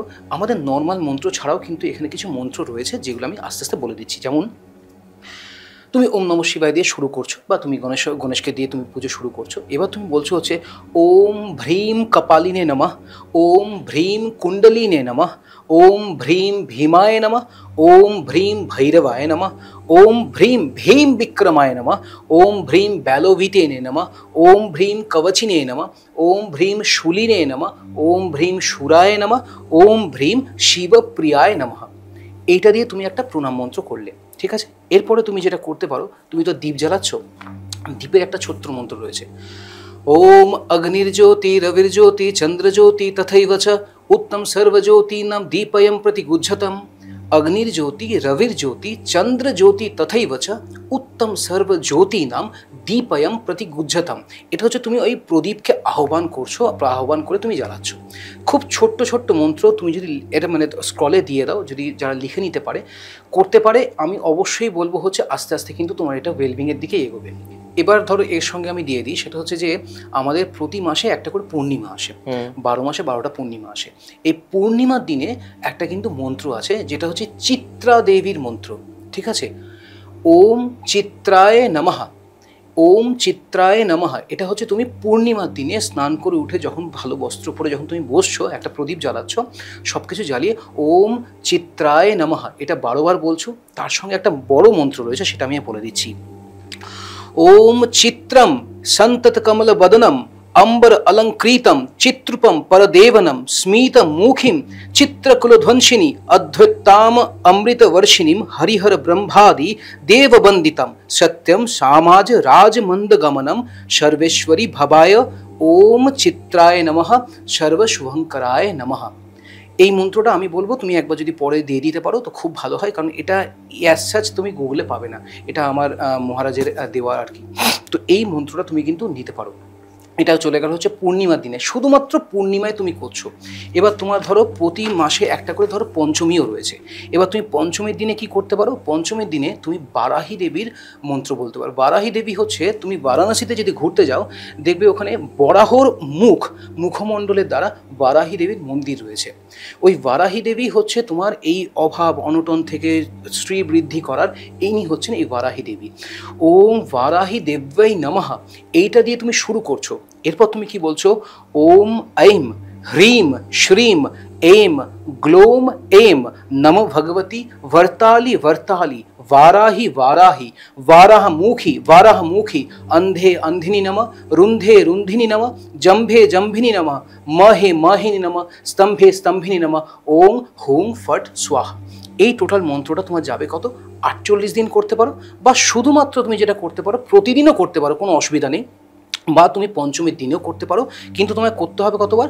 3, 21 বা 108 তোমার সামর্থ্য অনুযায়ী। এটা একটা। এইবার আসি তোমার হচ্ছে মানে এটা যে পঞ্চমীর দিন থেকে শুরু করে কতদিন? পঞ্চমীর দিন থেকে তুমি শুরু করে প্রতিদিন করতে পারো, কোনো অসুবিধা নেই। 48 দিন করতে পারো, বা শুধু পঞ্চমী গুলোতেও করতে পারো, যেরকম তোমার যেরকম করতে হবে। মিনিমাম 3 বার বা 3, 21, 108 3, 21, 108। এবং আবারও বলি, তুমি যেটা শুরু করছো আবারও সেটা কিন্তু সব সময় মাথায় রাখবে, সেটা যেন শুক্লপক্ষ হয়ে থাকে। যেই পঞ্চমী, যেই ষষ্ঠী, যেটাই করছো না কেন সেটা যেন ওইটা হয়ে থাকে, শুক্লপক্ষ হয়ে থাকে। বা কোনো ধরো পূর্ণিমাও যেটা, সেটা যদি তুমি গুরুপুষ্যর কোনো দিনে করছো সেটাও করতে পারো। এটা।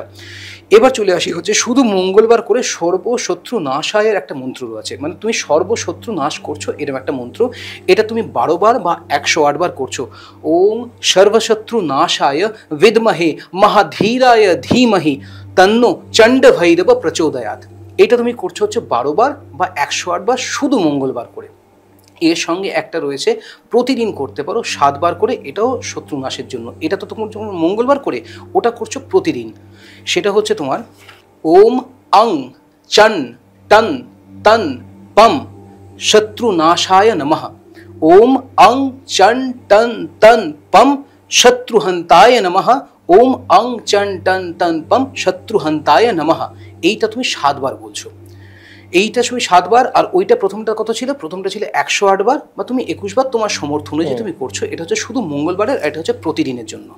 সোমবার দিন যখন তুমি ধরো পঞ্চমৃত দিয়ে তুমি ধরো শিবের পুজো করছো, পূজা অর্চনা হয়ে যাচ্ছে, তখন তুমি একটা শিব গায়ত্রী আছে, তখন তুমি সেই শিব গায়ত্রী পাঠটাও তুমি করতে পারো, যে ওম তৎপুরুষায় বিদ্মহে মহাদেবায় ধীমহি তন্নো রুদ্রহ প্রচোদয়াৎ। এটা তুমি 11 বার করলে। এর সাথে তুমি ওই রুদ্রাষ্টকমটা পাঠটাও করতে পারছো, বা রুদ্রের, এবার তোমার মন্ত্রটাও বলে দেবো, যে রুদ্রের একটা মন্ত্র রয়েছে, সেই রুদ্রের মন্ত্রটা তুমি করতে পারো। সেটা হচ্ছে ওম অঘোরায় নমঃ, ওং পশুপতে নমঃ, ওং শর্বায় নমঃ, ওং वीरुपक्षाय नमः, ओं विश्वरूपिण्ये नमः, ओं त्रयंबके नमः, ओं कपर्दिने नमः, ओं भैरवाय नमः, ओं शूलिपन्नाय नमः, ओं ईशानाय नमः, ओं महेश्वराय नमः, ओम नमो भगवते रुद्राय नमः, ओम नमो भगवते रुद्राय नमः 11 বার পাঠ করলে শেষটা হচ্ছে ওং উমায় নমঃ, ওং শঙ্কর প্রিয়ায় নমঃ, ওং পার্বতে নমঃ, ওং গৌরিয়ে নমঃ, ওং কালিয়ে নমঃ, ওং কালিন্ধে নমঃ, ওং কোটরে নমঃ, ওং বিশ্বধারিণ্যে নমঃ, ওং হ্রাম নমঃ, ওং হ্রিম নমঃ, ওং গঙ্গা দেব্যৈ নমঃ। এটা দিয়ে তুমি টোটাল ওই তোমার শিব যখন তোমার সব স্নান টান করানো হয়ে গেল, সোমবার করে তুমি টোটালটা করতে পারো, বা এই রুদ্রেরটা তুমি প্রতিদিনও করতে পারো, কোনো অসুবিধা নেই। এবং ওই শিব গায়ত্রী যেটা তুমি 11 বা 108 বার করছো, এটা তুমি টোটালটা একবার করে করলেই হয়ে যাচ্ছে। আচ্ছা দাদা, আমরা কিন্তু একদম প্রোগ্রামের শেষের দিকে পৌঁছে গেছি। তুমি অনেকগুলো মন্ত্র দিলে, আমাদের অডিয়েন্সটা নিশ্চয়ই সেগুলো ফলো করবে, কিন্তু তুমি আমায় কথা দিয়েছিলে আজকে কিছু টোটকা তুমি আমাদের বন্ধুদের সঙ্গে শেয়ার করবে। একদম, প্লিজ যদি বলো। এবার দেখো, নজর দোষ দিয়ে বলি। ধরো তোমার মনে হচ্ছে তোমার নজর লেগেছে, বা তোমার সেইভাবে তুমি শারীরিক সেইভাবে ক্ষমতা পারছো না, বা তুমি হয়তো তুমি কোনো কিছু করছো কিন্তু কোনো রকমভাবে তুমি সেই এনার্জিটা আসছে, তোমার মনে হচ্ছে কোথাও না কোনো নজর দোষ লেগেছে। যেটা করতে পারো সেটা হচ্ছে নুন, একটা এমন জিনিস সন্ধক নুন হলো এমন একটা জিনিস, যে জিনিসটাকে তুমি তোমার নিজের ডেলি লাইফে ব্যবহার করতে পারো। তুমি তোমার ঘরেও যেরকম সন্ধক নুনটা ব্যবহার করছো, সেই সন্ধক নুন ব্যবহার করে তুমি তোমার ঘরের যে তোমার ফ্লোরে ছিটিয়ে দাও ঝাঁটা দিয়ে, তারপর তুমি সেই সন্ধক নুনের জল দিয়ে তুমি ঘরে পুছছো, সেটা একরকম। নিজের যদি তোমার নজর দোষ লেগেছে, তাহলে তুমি কি করতে পারো, সেটা হচ্ছে যে তুমি সন্ধক নুন দ্বারা রবিবার করে 8টা রবিবার স্নান করবে। কিভাবে করবে? 1 মগ জল নিলে, তার মধ্যে তুমি সন্ধক নুন নিলে 1 চামচ, সেটাকে মিশিয়ে নিচ্ছ। মিশিয়ে নেওয়ার পর তুমি শুধু তোমার মাথার চুল বাদ দিয়ে টোটাল চোখ ফোক থেকে নিয়ে টোটালটা চোখ বন্ধ করে তুমি আগে ঢেলে নিলে গায়ে ঢেলে নেওয়ার পর তুমি অন্তত 5 থেকে 7 মিনিট যতটা সম্ভব তুমি গাটাকে রগড়ে নিলে, সাবান না লাগিয়ে রাব করে নিচ্ছে, ওই নুনটাকেই টোটাল গায়ে রাব করছো। রাব করার পর তুমি কি করছো, রাব করার পর তুমি আস্তে করে ভালো জল দিয়ে এবার তুমি স্নান করে সাবান শ্যাম্পু যা করা তুমি করে বেরিয়ে আসছো। এটা কিন্তু 8টা রবিবার করো। আমি তোমাকে বলতে পারি 6টা, মোটামুটি 4-5টা রবিবারের পর থেকে কিন্তু তুমি দেখবে প্রচণ্ড রকমের নিজেকে ফ্রেশ লাগছে। এটা তুমি কিন্তু প্রতিদিন করার চেষ্টা করার দরকার নেই, এটা শুধুমাত্র রবিবার করে করলেই হবে। এবার ধরো তোমার মনে হচ্ছে যে তোমার এখানে একটা প্রশ্ন ছিল, মাথায় দিতে কেন বারণ করলে? মানে মাথাটাও তো শরীরেরই অংশ। হ্যাঁ, মাথাটা শরীরের অংশ, তো অনেকে কি হয় চুলের মধ্যে নুন দিতে চায় না। আচ্ছা, সেই হিসাবে তুমি দিতে চাও দিতে পারো, কিন্তু এই নুনটা সন্ধক নুন বা এই ধরনের নুন দিলে অনেক সময় চুলের গোড়ায় গিয়ে সেটা ক্ষতি করে। চুলের মানে সেন্সিটিভ জায়গা তো ক্ষতি করতে পারে। তো তুমি যদি দিতে পারো, অসুবিধা কিছুই নেই। এবার ধরো কারো তোমার দেওয়ার পর চুল উঠে গেল, সে তো এসে বলবে যে আপনার এই টোটকা যেন চুল উঠে গেছে, সে তো কিছু করার নেই। সেই জন্য ব্যাপারটা বললাম মাথায় না দেওয়ার জন্য। আচ্ছা, তারপর এবার তোমার ধরো ঘরে তোমার মনে হচ্ছে নজর দোষ লেগেছে, সেটা তুমি কিভাবে কি করবে, সেটা তুমি এক্সপেরিমেন্টটা কি করবে। তুমি যেটা করতে পারো সেটা হচ্ছে যে ছোট ধরো মোটামুটি 200 থেকে 250 ml কাঁচের গ্লাস হয়, যেটা বয়াম হয়, যেটা তোমার ঢাকনা লাগানো যায়। এই বয়াম তুমি অ্যামাজন, ফ্লিপকার্ট বা তোমার যে কোনো রকম বড় তোমার স্টোর থেকেও পেয়ে যাবে। তুমি কিনে নিয়ে আসলে ধরো 200-250 ml বা ওই 300 ml এর মতো এরকম সাইজের। এইটার মধ্যে তুমি সন্ধক নুন পরিপূর্ণ করবে, পুরোটা নয়, ঘাড় থেকে মোটামুটি 2-3 আঙুল কম রাখলে তুমি সন্ধক নুন সমর্থ যদি না হয় তাহলে তুমি নর্মাল টাটা সল্ট বা যে কোনো সল্ট হোক, তুমি সেই সল্ট ভরে নেওয়ার পর ঘরের তো আমাদের 4টে কোণা হয়, এই ঘরের 4টে কোণার মধ্যে তোমাকে সেটা প্লেস করতে হবে। কিভাবে? অনেকের বাড়ি হচ্ছে স্কোয়ার নয়, রেক্ট্যাঙ্গুলার, বা অনেকের বাড়ি হচ্ছে অনেকটা পেঁচা কোণা টাইপের, এল প্যাটার্নের। সে তাহলে কীভাবে বার করবে? তো অ্যাটলিস্ট মোটামুটি যে কর্নার, 4টে তো কর্নার, এই কর্নারের থেকে যদি একটু 1-2 ফিটও দূরে হয় কোনো অসুবিধা নেই, কিন্তু চেষ্টা করা উচিত যে ওই 4টে কর্নারে প্লেস করা। 4টে কর্নারে প্লেস করার পরেই দেখতে হবে যে এই নুনে কোনো একটা নুন থেকে জল কাটছে কিনা। এবং তোমায় বলে দিই, সেটা হচ্ছে এটা যদি মানে এই প্রয়োগটা তুমি শীতকালে করো, কারণ এমনিতে তোমার গ্রীষ্মকালে পরেই বর্ষা চলে আসে, এমনিতেই নুন জল কেটে যায়, লোকে ভাববে যে আমার ঘরে টোটালটাই নজরদোষ রয়েছে। তুমি এটা করতে পারো, টোটালটা শীতকালের সময় কিন্তু এই জিনিসটা করে দেখতে পারো তোমার নজরদোষ আছে কিনা। এটা তুমি করলে তুমি দেখবে যে কোনো একটা কর্নার বা যে কোনো 2টো কর্নার, বা তোমার ঘরে যদি অত্যাধিক রকমের নজর থাকে, 4টে কর্নারের এই বোতলেই কিন্তু জল হয়ে যাবে। এবং তুমি 4টে কর্নারে যদি বোতল জল হয়ে গিয়ে থাকে, তুমি 4টে কর্নারকে ফেলে দিচ্ছ, আবার তুমি নিয়ে এসে সেটাকে লাগাচ্ছ এবং সেটাকে ততদিন অবধি করতে থাকতে হবে যতদিন অবধি ওই নুনটা নুনেই অবস্থায় না থেকে যাচ্ছে। এটা কিন্তু তোমায় মাথায় রাখতে হবে। যদি একটা কোনো কর্নারে নুন কিন্তু জলে পরিণত হচ্ছে, তার মানে জানবে আমার এই কর্নারটা অ্যাফেক্টেড, এই কর্নারে আমার বাস্তুদোষ রয়েছে, বা এই কর্নারটা আমার অত্যাধিক রকম অ্যাফেক্টেড। এই নুন কিন্তু তোমায় বলেছিলাম যে নুন কিন্তু সাকশন করে যে কোনো রকম নজর দোষ, এই নুন কিন্তু তোমার এই সাকশনটা সেটা অবশ্যই করবে। এবার তোমায় বলি যে এটা কোন দিন করতে পারো। এটা কিন্তু শুরু করবে অবশ্যই শুক্রবারে এবং শুক্লপক্ষের শুক্রবারে। শুক্লপক্ষ কিন্তু মাথায় রাখবে, সবসময় কিন্তু শুক্লপক্ষের ব্যাপারটা যেন থাকে। আচ্ছা, এইবার আরেকটা জিনিস বলি, এই যে রিপিটেশনটা করছো, এই রিপিটেশনটা কিন্তু ততদিন অবধি করবে যতদিন অবধি তোমার এই নুনটা আবার ওই জায়গায় মানে স্থিতি অবস্থায় না থাকছে। তোমার হয়ে গেল, তারপর তোমার করার দরকার নেই। এটা তুমি টেস্টিং ফেজ তুমি বছরে একবার করে করতে পারো যে তোমার আদপেও ঘরে কোনো রকম নজর দোষ আছে কি আছে না। এটা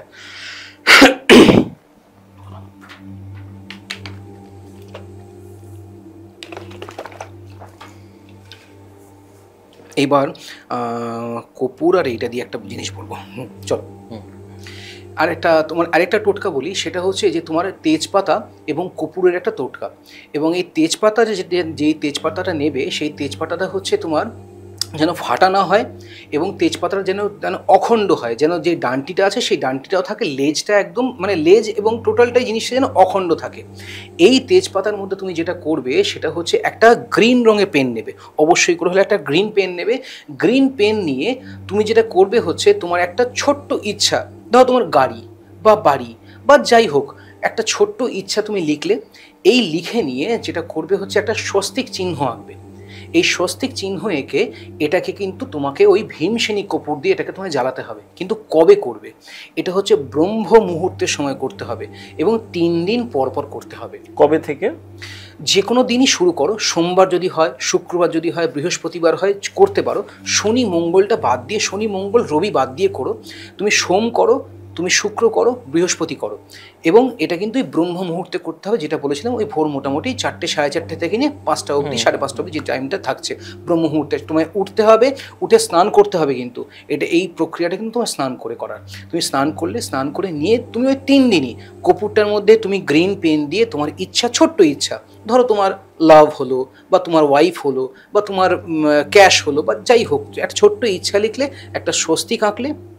স্বস্তিক আঁকারও কিন্তু একটা নিয়ম রয়েছে। স্বস্তিক আমরা আঁকে কি, এই এই এই এই এই এই এই হচ্ছে স্বস্তিক আঁকি। কিন্তু স্বস্তিক হচ্ছে এই এই এই আসবে আর এই এই এই আসবে, মানে পেট কেউ কারুর কাটবে না, মানে এই এসে এই কাটবো না, এইটা কাটবো না, মানে এই নামবো এরকম একটা হাফ এস আর এই দিক থেকে একটা হাফ এস, এই দুটো এসকে এইভাবে জড়ো হয়ে যাবে। আমরা কিন্তু কেউ কারোর পেট কাটবো না স্বস্তিকের। এইটা হচ্ছে একটা, যেটা হচ্ছে 3 দিন করতে পারো ব্রহ্ম মুহূর্তে। আরেকটা জিনিস যেটা করতে পারো, ধরো তোমার আর্জেন্সি রয়েছে কোনো কিছু, কোনো টাকা পয়সার প্রচণ্ড আর্জেন্সি, ধরো তোমার সামনের মাসেই ছেলের স্কুলের ফিস দিতে হবে, কিছু করতে হবে, তোমার মনে হচ্ছে এই মুহূর্তে আমার এই টাকাটা নেই।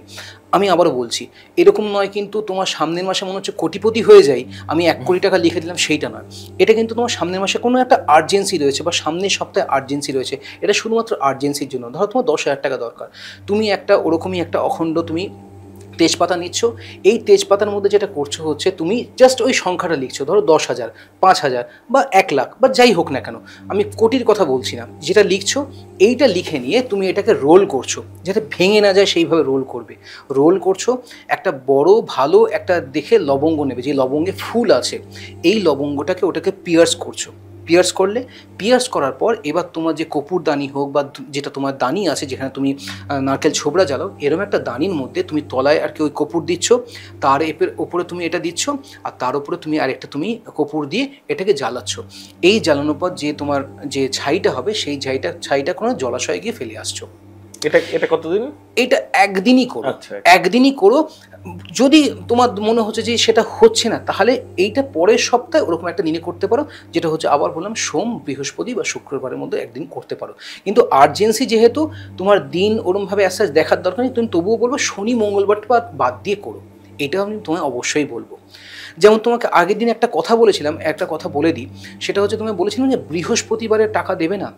আরেকটাও কিন্তু তোমার জিনিস আছে, যদি কারোর জন্মছকে শনি পীড়িত হয়ে থাকে, সে কিন্তু বা এমনিতেও নর্মালিও তুমি কিন্তু কোনো রকম কাউকে কোনো বড় টাকার ধার বা বড় টাকার লেনদেন শনিবার করবে না। শনিবার করা কিন্তু কোনো বড় টাকার ধার বা লেনদেন ফিরে আসবে না। তুমি কাউকে ধার দিয়েছো 5 লাখ, সে তোমাকে হয়তো সুদ দিচ্ছিল বা তোমাকে বলেছে সুদ দেবো, তুমি তাকে দিলে, প্রথম মাসে সুদ আসলো, দ্বিতীয় মাসে আসলো, শনিবারে করে দেখো ও আসবে না, ওই টাকাটাও পাবে না, প্লাস তোমার ওইটাও ফেরত পাবে না। এটা একদম অবধারিত। তাই শনিবারটাকে বর্জন করে, এবং ওই বৃহস্পতিবার যদি নিচস্থ থাকে তাহলে বর্জন করে, এই দুটো দিন তোমার কিন্তু টাকা পয়সার লেনদেনটা করা যাবে না। পূর্ণিমা এবং অমাবস্যা, এই দিনে চুল এবং নখ কাটা যাবে না। কেন? সেটা হচ্ছে আমাদের একটা টোটাল এনার্জি সাইকেল কিন্তু বডিতে ফ্লো হয়। পূর্ণিমা থেকে নিয়ে অমাবস্যা অবধি, অমাবস্যা থেকে নিয়ে পূর্ণিমা অবধি একটা এনার্জি সাইকেল আমাদের বডিতে ফ্লো হয়। কীরকমভাবে ফ্লো হয়? সেটা হচ্ছে পূর্ণিমা থেকে অমাবস্যা, তার মধ্যেখানে কী কী থাকে? পঞ্চমী, অষ্টমী, একাদশী, তারপর হয়ে যায় হচ্ছে তোমার অমাবস্যা। আবার অমাবস্যার পর হচ্ছে পঞ্চমী, অষ্টমী, একাদশী, পূর্ণিমা। এইভাবে একটা এনার্জি সাইকেল ফ্লো হয়। এই যে এনার্জি সাইকেল ফ্লো হয়, এই এনার্জি সাইকেল যেদিন যখন ফ্লো হবে, তোমার পূর্ণিমার দিনে যখন তোমার মাথায় যাবে, তুমি চুল কাটবে না, আর তুমি অমাবস্যার দিনে যখন তোমার পায়ের নখে যাবে, তুমি নখ কাটবে না। এই দুটো দিন তুমি ফলো করে অবশ্যই চলা উচিত, যে তোমার এনার্জি তোমার বডি থেকে ফ্লো আউট হওয়ার জায়গা কিন্তু এইটা। তোমার নিজের এনার্জিকে নিজে এনার্জাইজ করা, এবং সেই সাইকেলটাকে তোমাকেই ঘোরাতে হবে। এবং এইটার সঙ্গে কি, এই যে ধরো আমাদের যে মূলাধার চক্র রয়েছে, এই মূলাধার চক্রকে কিন্তু আমরা অনেক সময়তে এনার্জাইজ করি না, কারণ আমরা এখনকার দিনে এই টেবিল বা চেয়ারে বসা শুরু করে দিয়েছি। আগেকার দিনে যে মাটিতে বসে পড়াশোনা হতো, মাটিতে বসে খাওয়া হতো, দেখবে আগেকার দিনের লোকেদের এই যে সিধা করে বসার ব্যাপারটা, এই জিনিসটা কিন্তু, এই যে মূলাধার চক্র কিন্তু এনার্জাইজের একটা খুব বড় জায়গা। যদি ভূমির সঙ্গে স্পর্শ হয়, খাচ্ছ যখন, এই খাবারটা যদি ভূমিতে বসে যদি খাওয়া যায়, আমরা জেনারেলি খেতে পারি না এখন, অভ্যেসটাই চলে গেছে, কিন্তু এইটা কিন্তু এই চক্রকে এনার্জাইজ করার একটা খুব বড় জায়গা। আচ্ছা দাদা, এটা তো আমরা শুনলাম অনেকগুলো টোটকা, কিন্তু মানে আমার অনেক বন্ধু বান্ধবেরই এটা হয় যে শনির দশা চলছে, তো তারা খুব প্যানিক থাকে, খুব ভয়ে থাকে। তো সত্যি কি এটা খুব ভয়ের? এই নিয়ে যদি কিছু বলো। দেখো, একটা জিনিস বলবো যে ধরো তুলা রাশির ক্ষেত্রে শনি হচ্ছে যোগকারক গ্রহ আর কি। তো এই যে শনি হচ্ছে যে যোগকারক গ্রহ তুলা রাশির ক্ষেত্রে, সেই 7.5-তে কিন্তু এই লোকটা কিন্তু অনেক কিছু পায়, বাড়ি গাড়ি ধন সম্পত্তি অনেক কিছু পেতে পারে। তো ব্যাপারটা কি, শনি যে সবসময় যে খারাপ হবে বা 7.5 যে খারাপ তা কিন্তু নয়, কিন্তু কোন কোন ক্ষেত্রে খারাপ হতে পারে আমরা জানি যে যখন কোনো বাজে গ্রহ কোনো বাজে ঘরে গিয়ে বসে সে তার অতটা খারাপ এফেক্ট দেয় না, ঠিক আছে। কিন্তু এই ক্ষেত্রে যদি কোনো জাতক বা জাতিকার লগ্নে বা তার ষষ্ঠে যদি শনি থেকে থাকে, ইন দ্যাট কেস সে কিন্তু কিছু কিছু জিনিস তার জীবন থেকে বর্জন করা উচিত। যেমন হচ্ছে ড্রিঙ্কিং, তার জীবন থেকে বর্জন করা উচিত। চামড়া রিলেটেড কোনো জিনিস তার ব্যবহার করা, বিশেষ করে কালো জুতো, অন্য কোনো রকম জুতো, রেক্সিংয়ের জুতো পরছো বা তুমি ক্যানভাসের জুতো পরছো, ঠিক আছে, কালো জুতো পরা, কালো ব্যাগ নেওয়া বা চামড়ার একদম পুরোপুরি ব্যাগ নেওয়া বা চামড়ার হ্যাট ইউজ করা বা বেল্ট ইউজ করা, কালো বিশেষ করে, এটা কিন্তু না করাটা শ্রেয়। কিন্তু এই লোকটা কি করতে পারে, এই লোকটা কালো জুতো যদি দান করে এর জন্য অত্যাধিক রকম হয় বেনিফিশিয়াল। আমি বলছি না যে কালো জুতো নাকি কালো যে কোনো জিনিস না, জুতো বিশেষ করে, কারণ শনির জিনিসটা দেখবে, যেই মানুষ ধরো তোমার মন্দিরের বাইরে বসে আছে, পায়ে চটি নেই, জুতো নেই, আমি তোমাকে বলে দিতে পারি মলয়দা, তুমি গিয়ে তাকে একটা জুতো দাও, মন থেকে একদম অন্তর থেকে ফিল করে তাকে একটা জুতো দাও বা তাকে একটা ওই চামড়া চটি দাও বা কিছু দাও, তুমি দেখো তোমার শনির কোথা থেকে তুমি এফেক্ট পাবে, তুমি অবশ্যই করে হলে পাবে। তো এই জায়গাটা একদম কিন্তু উচিত।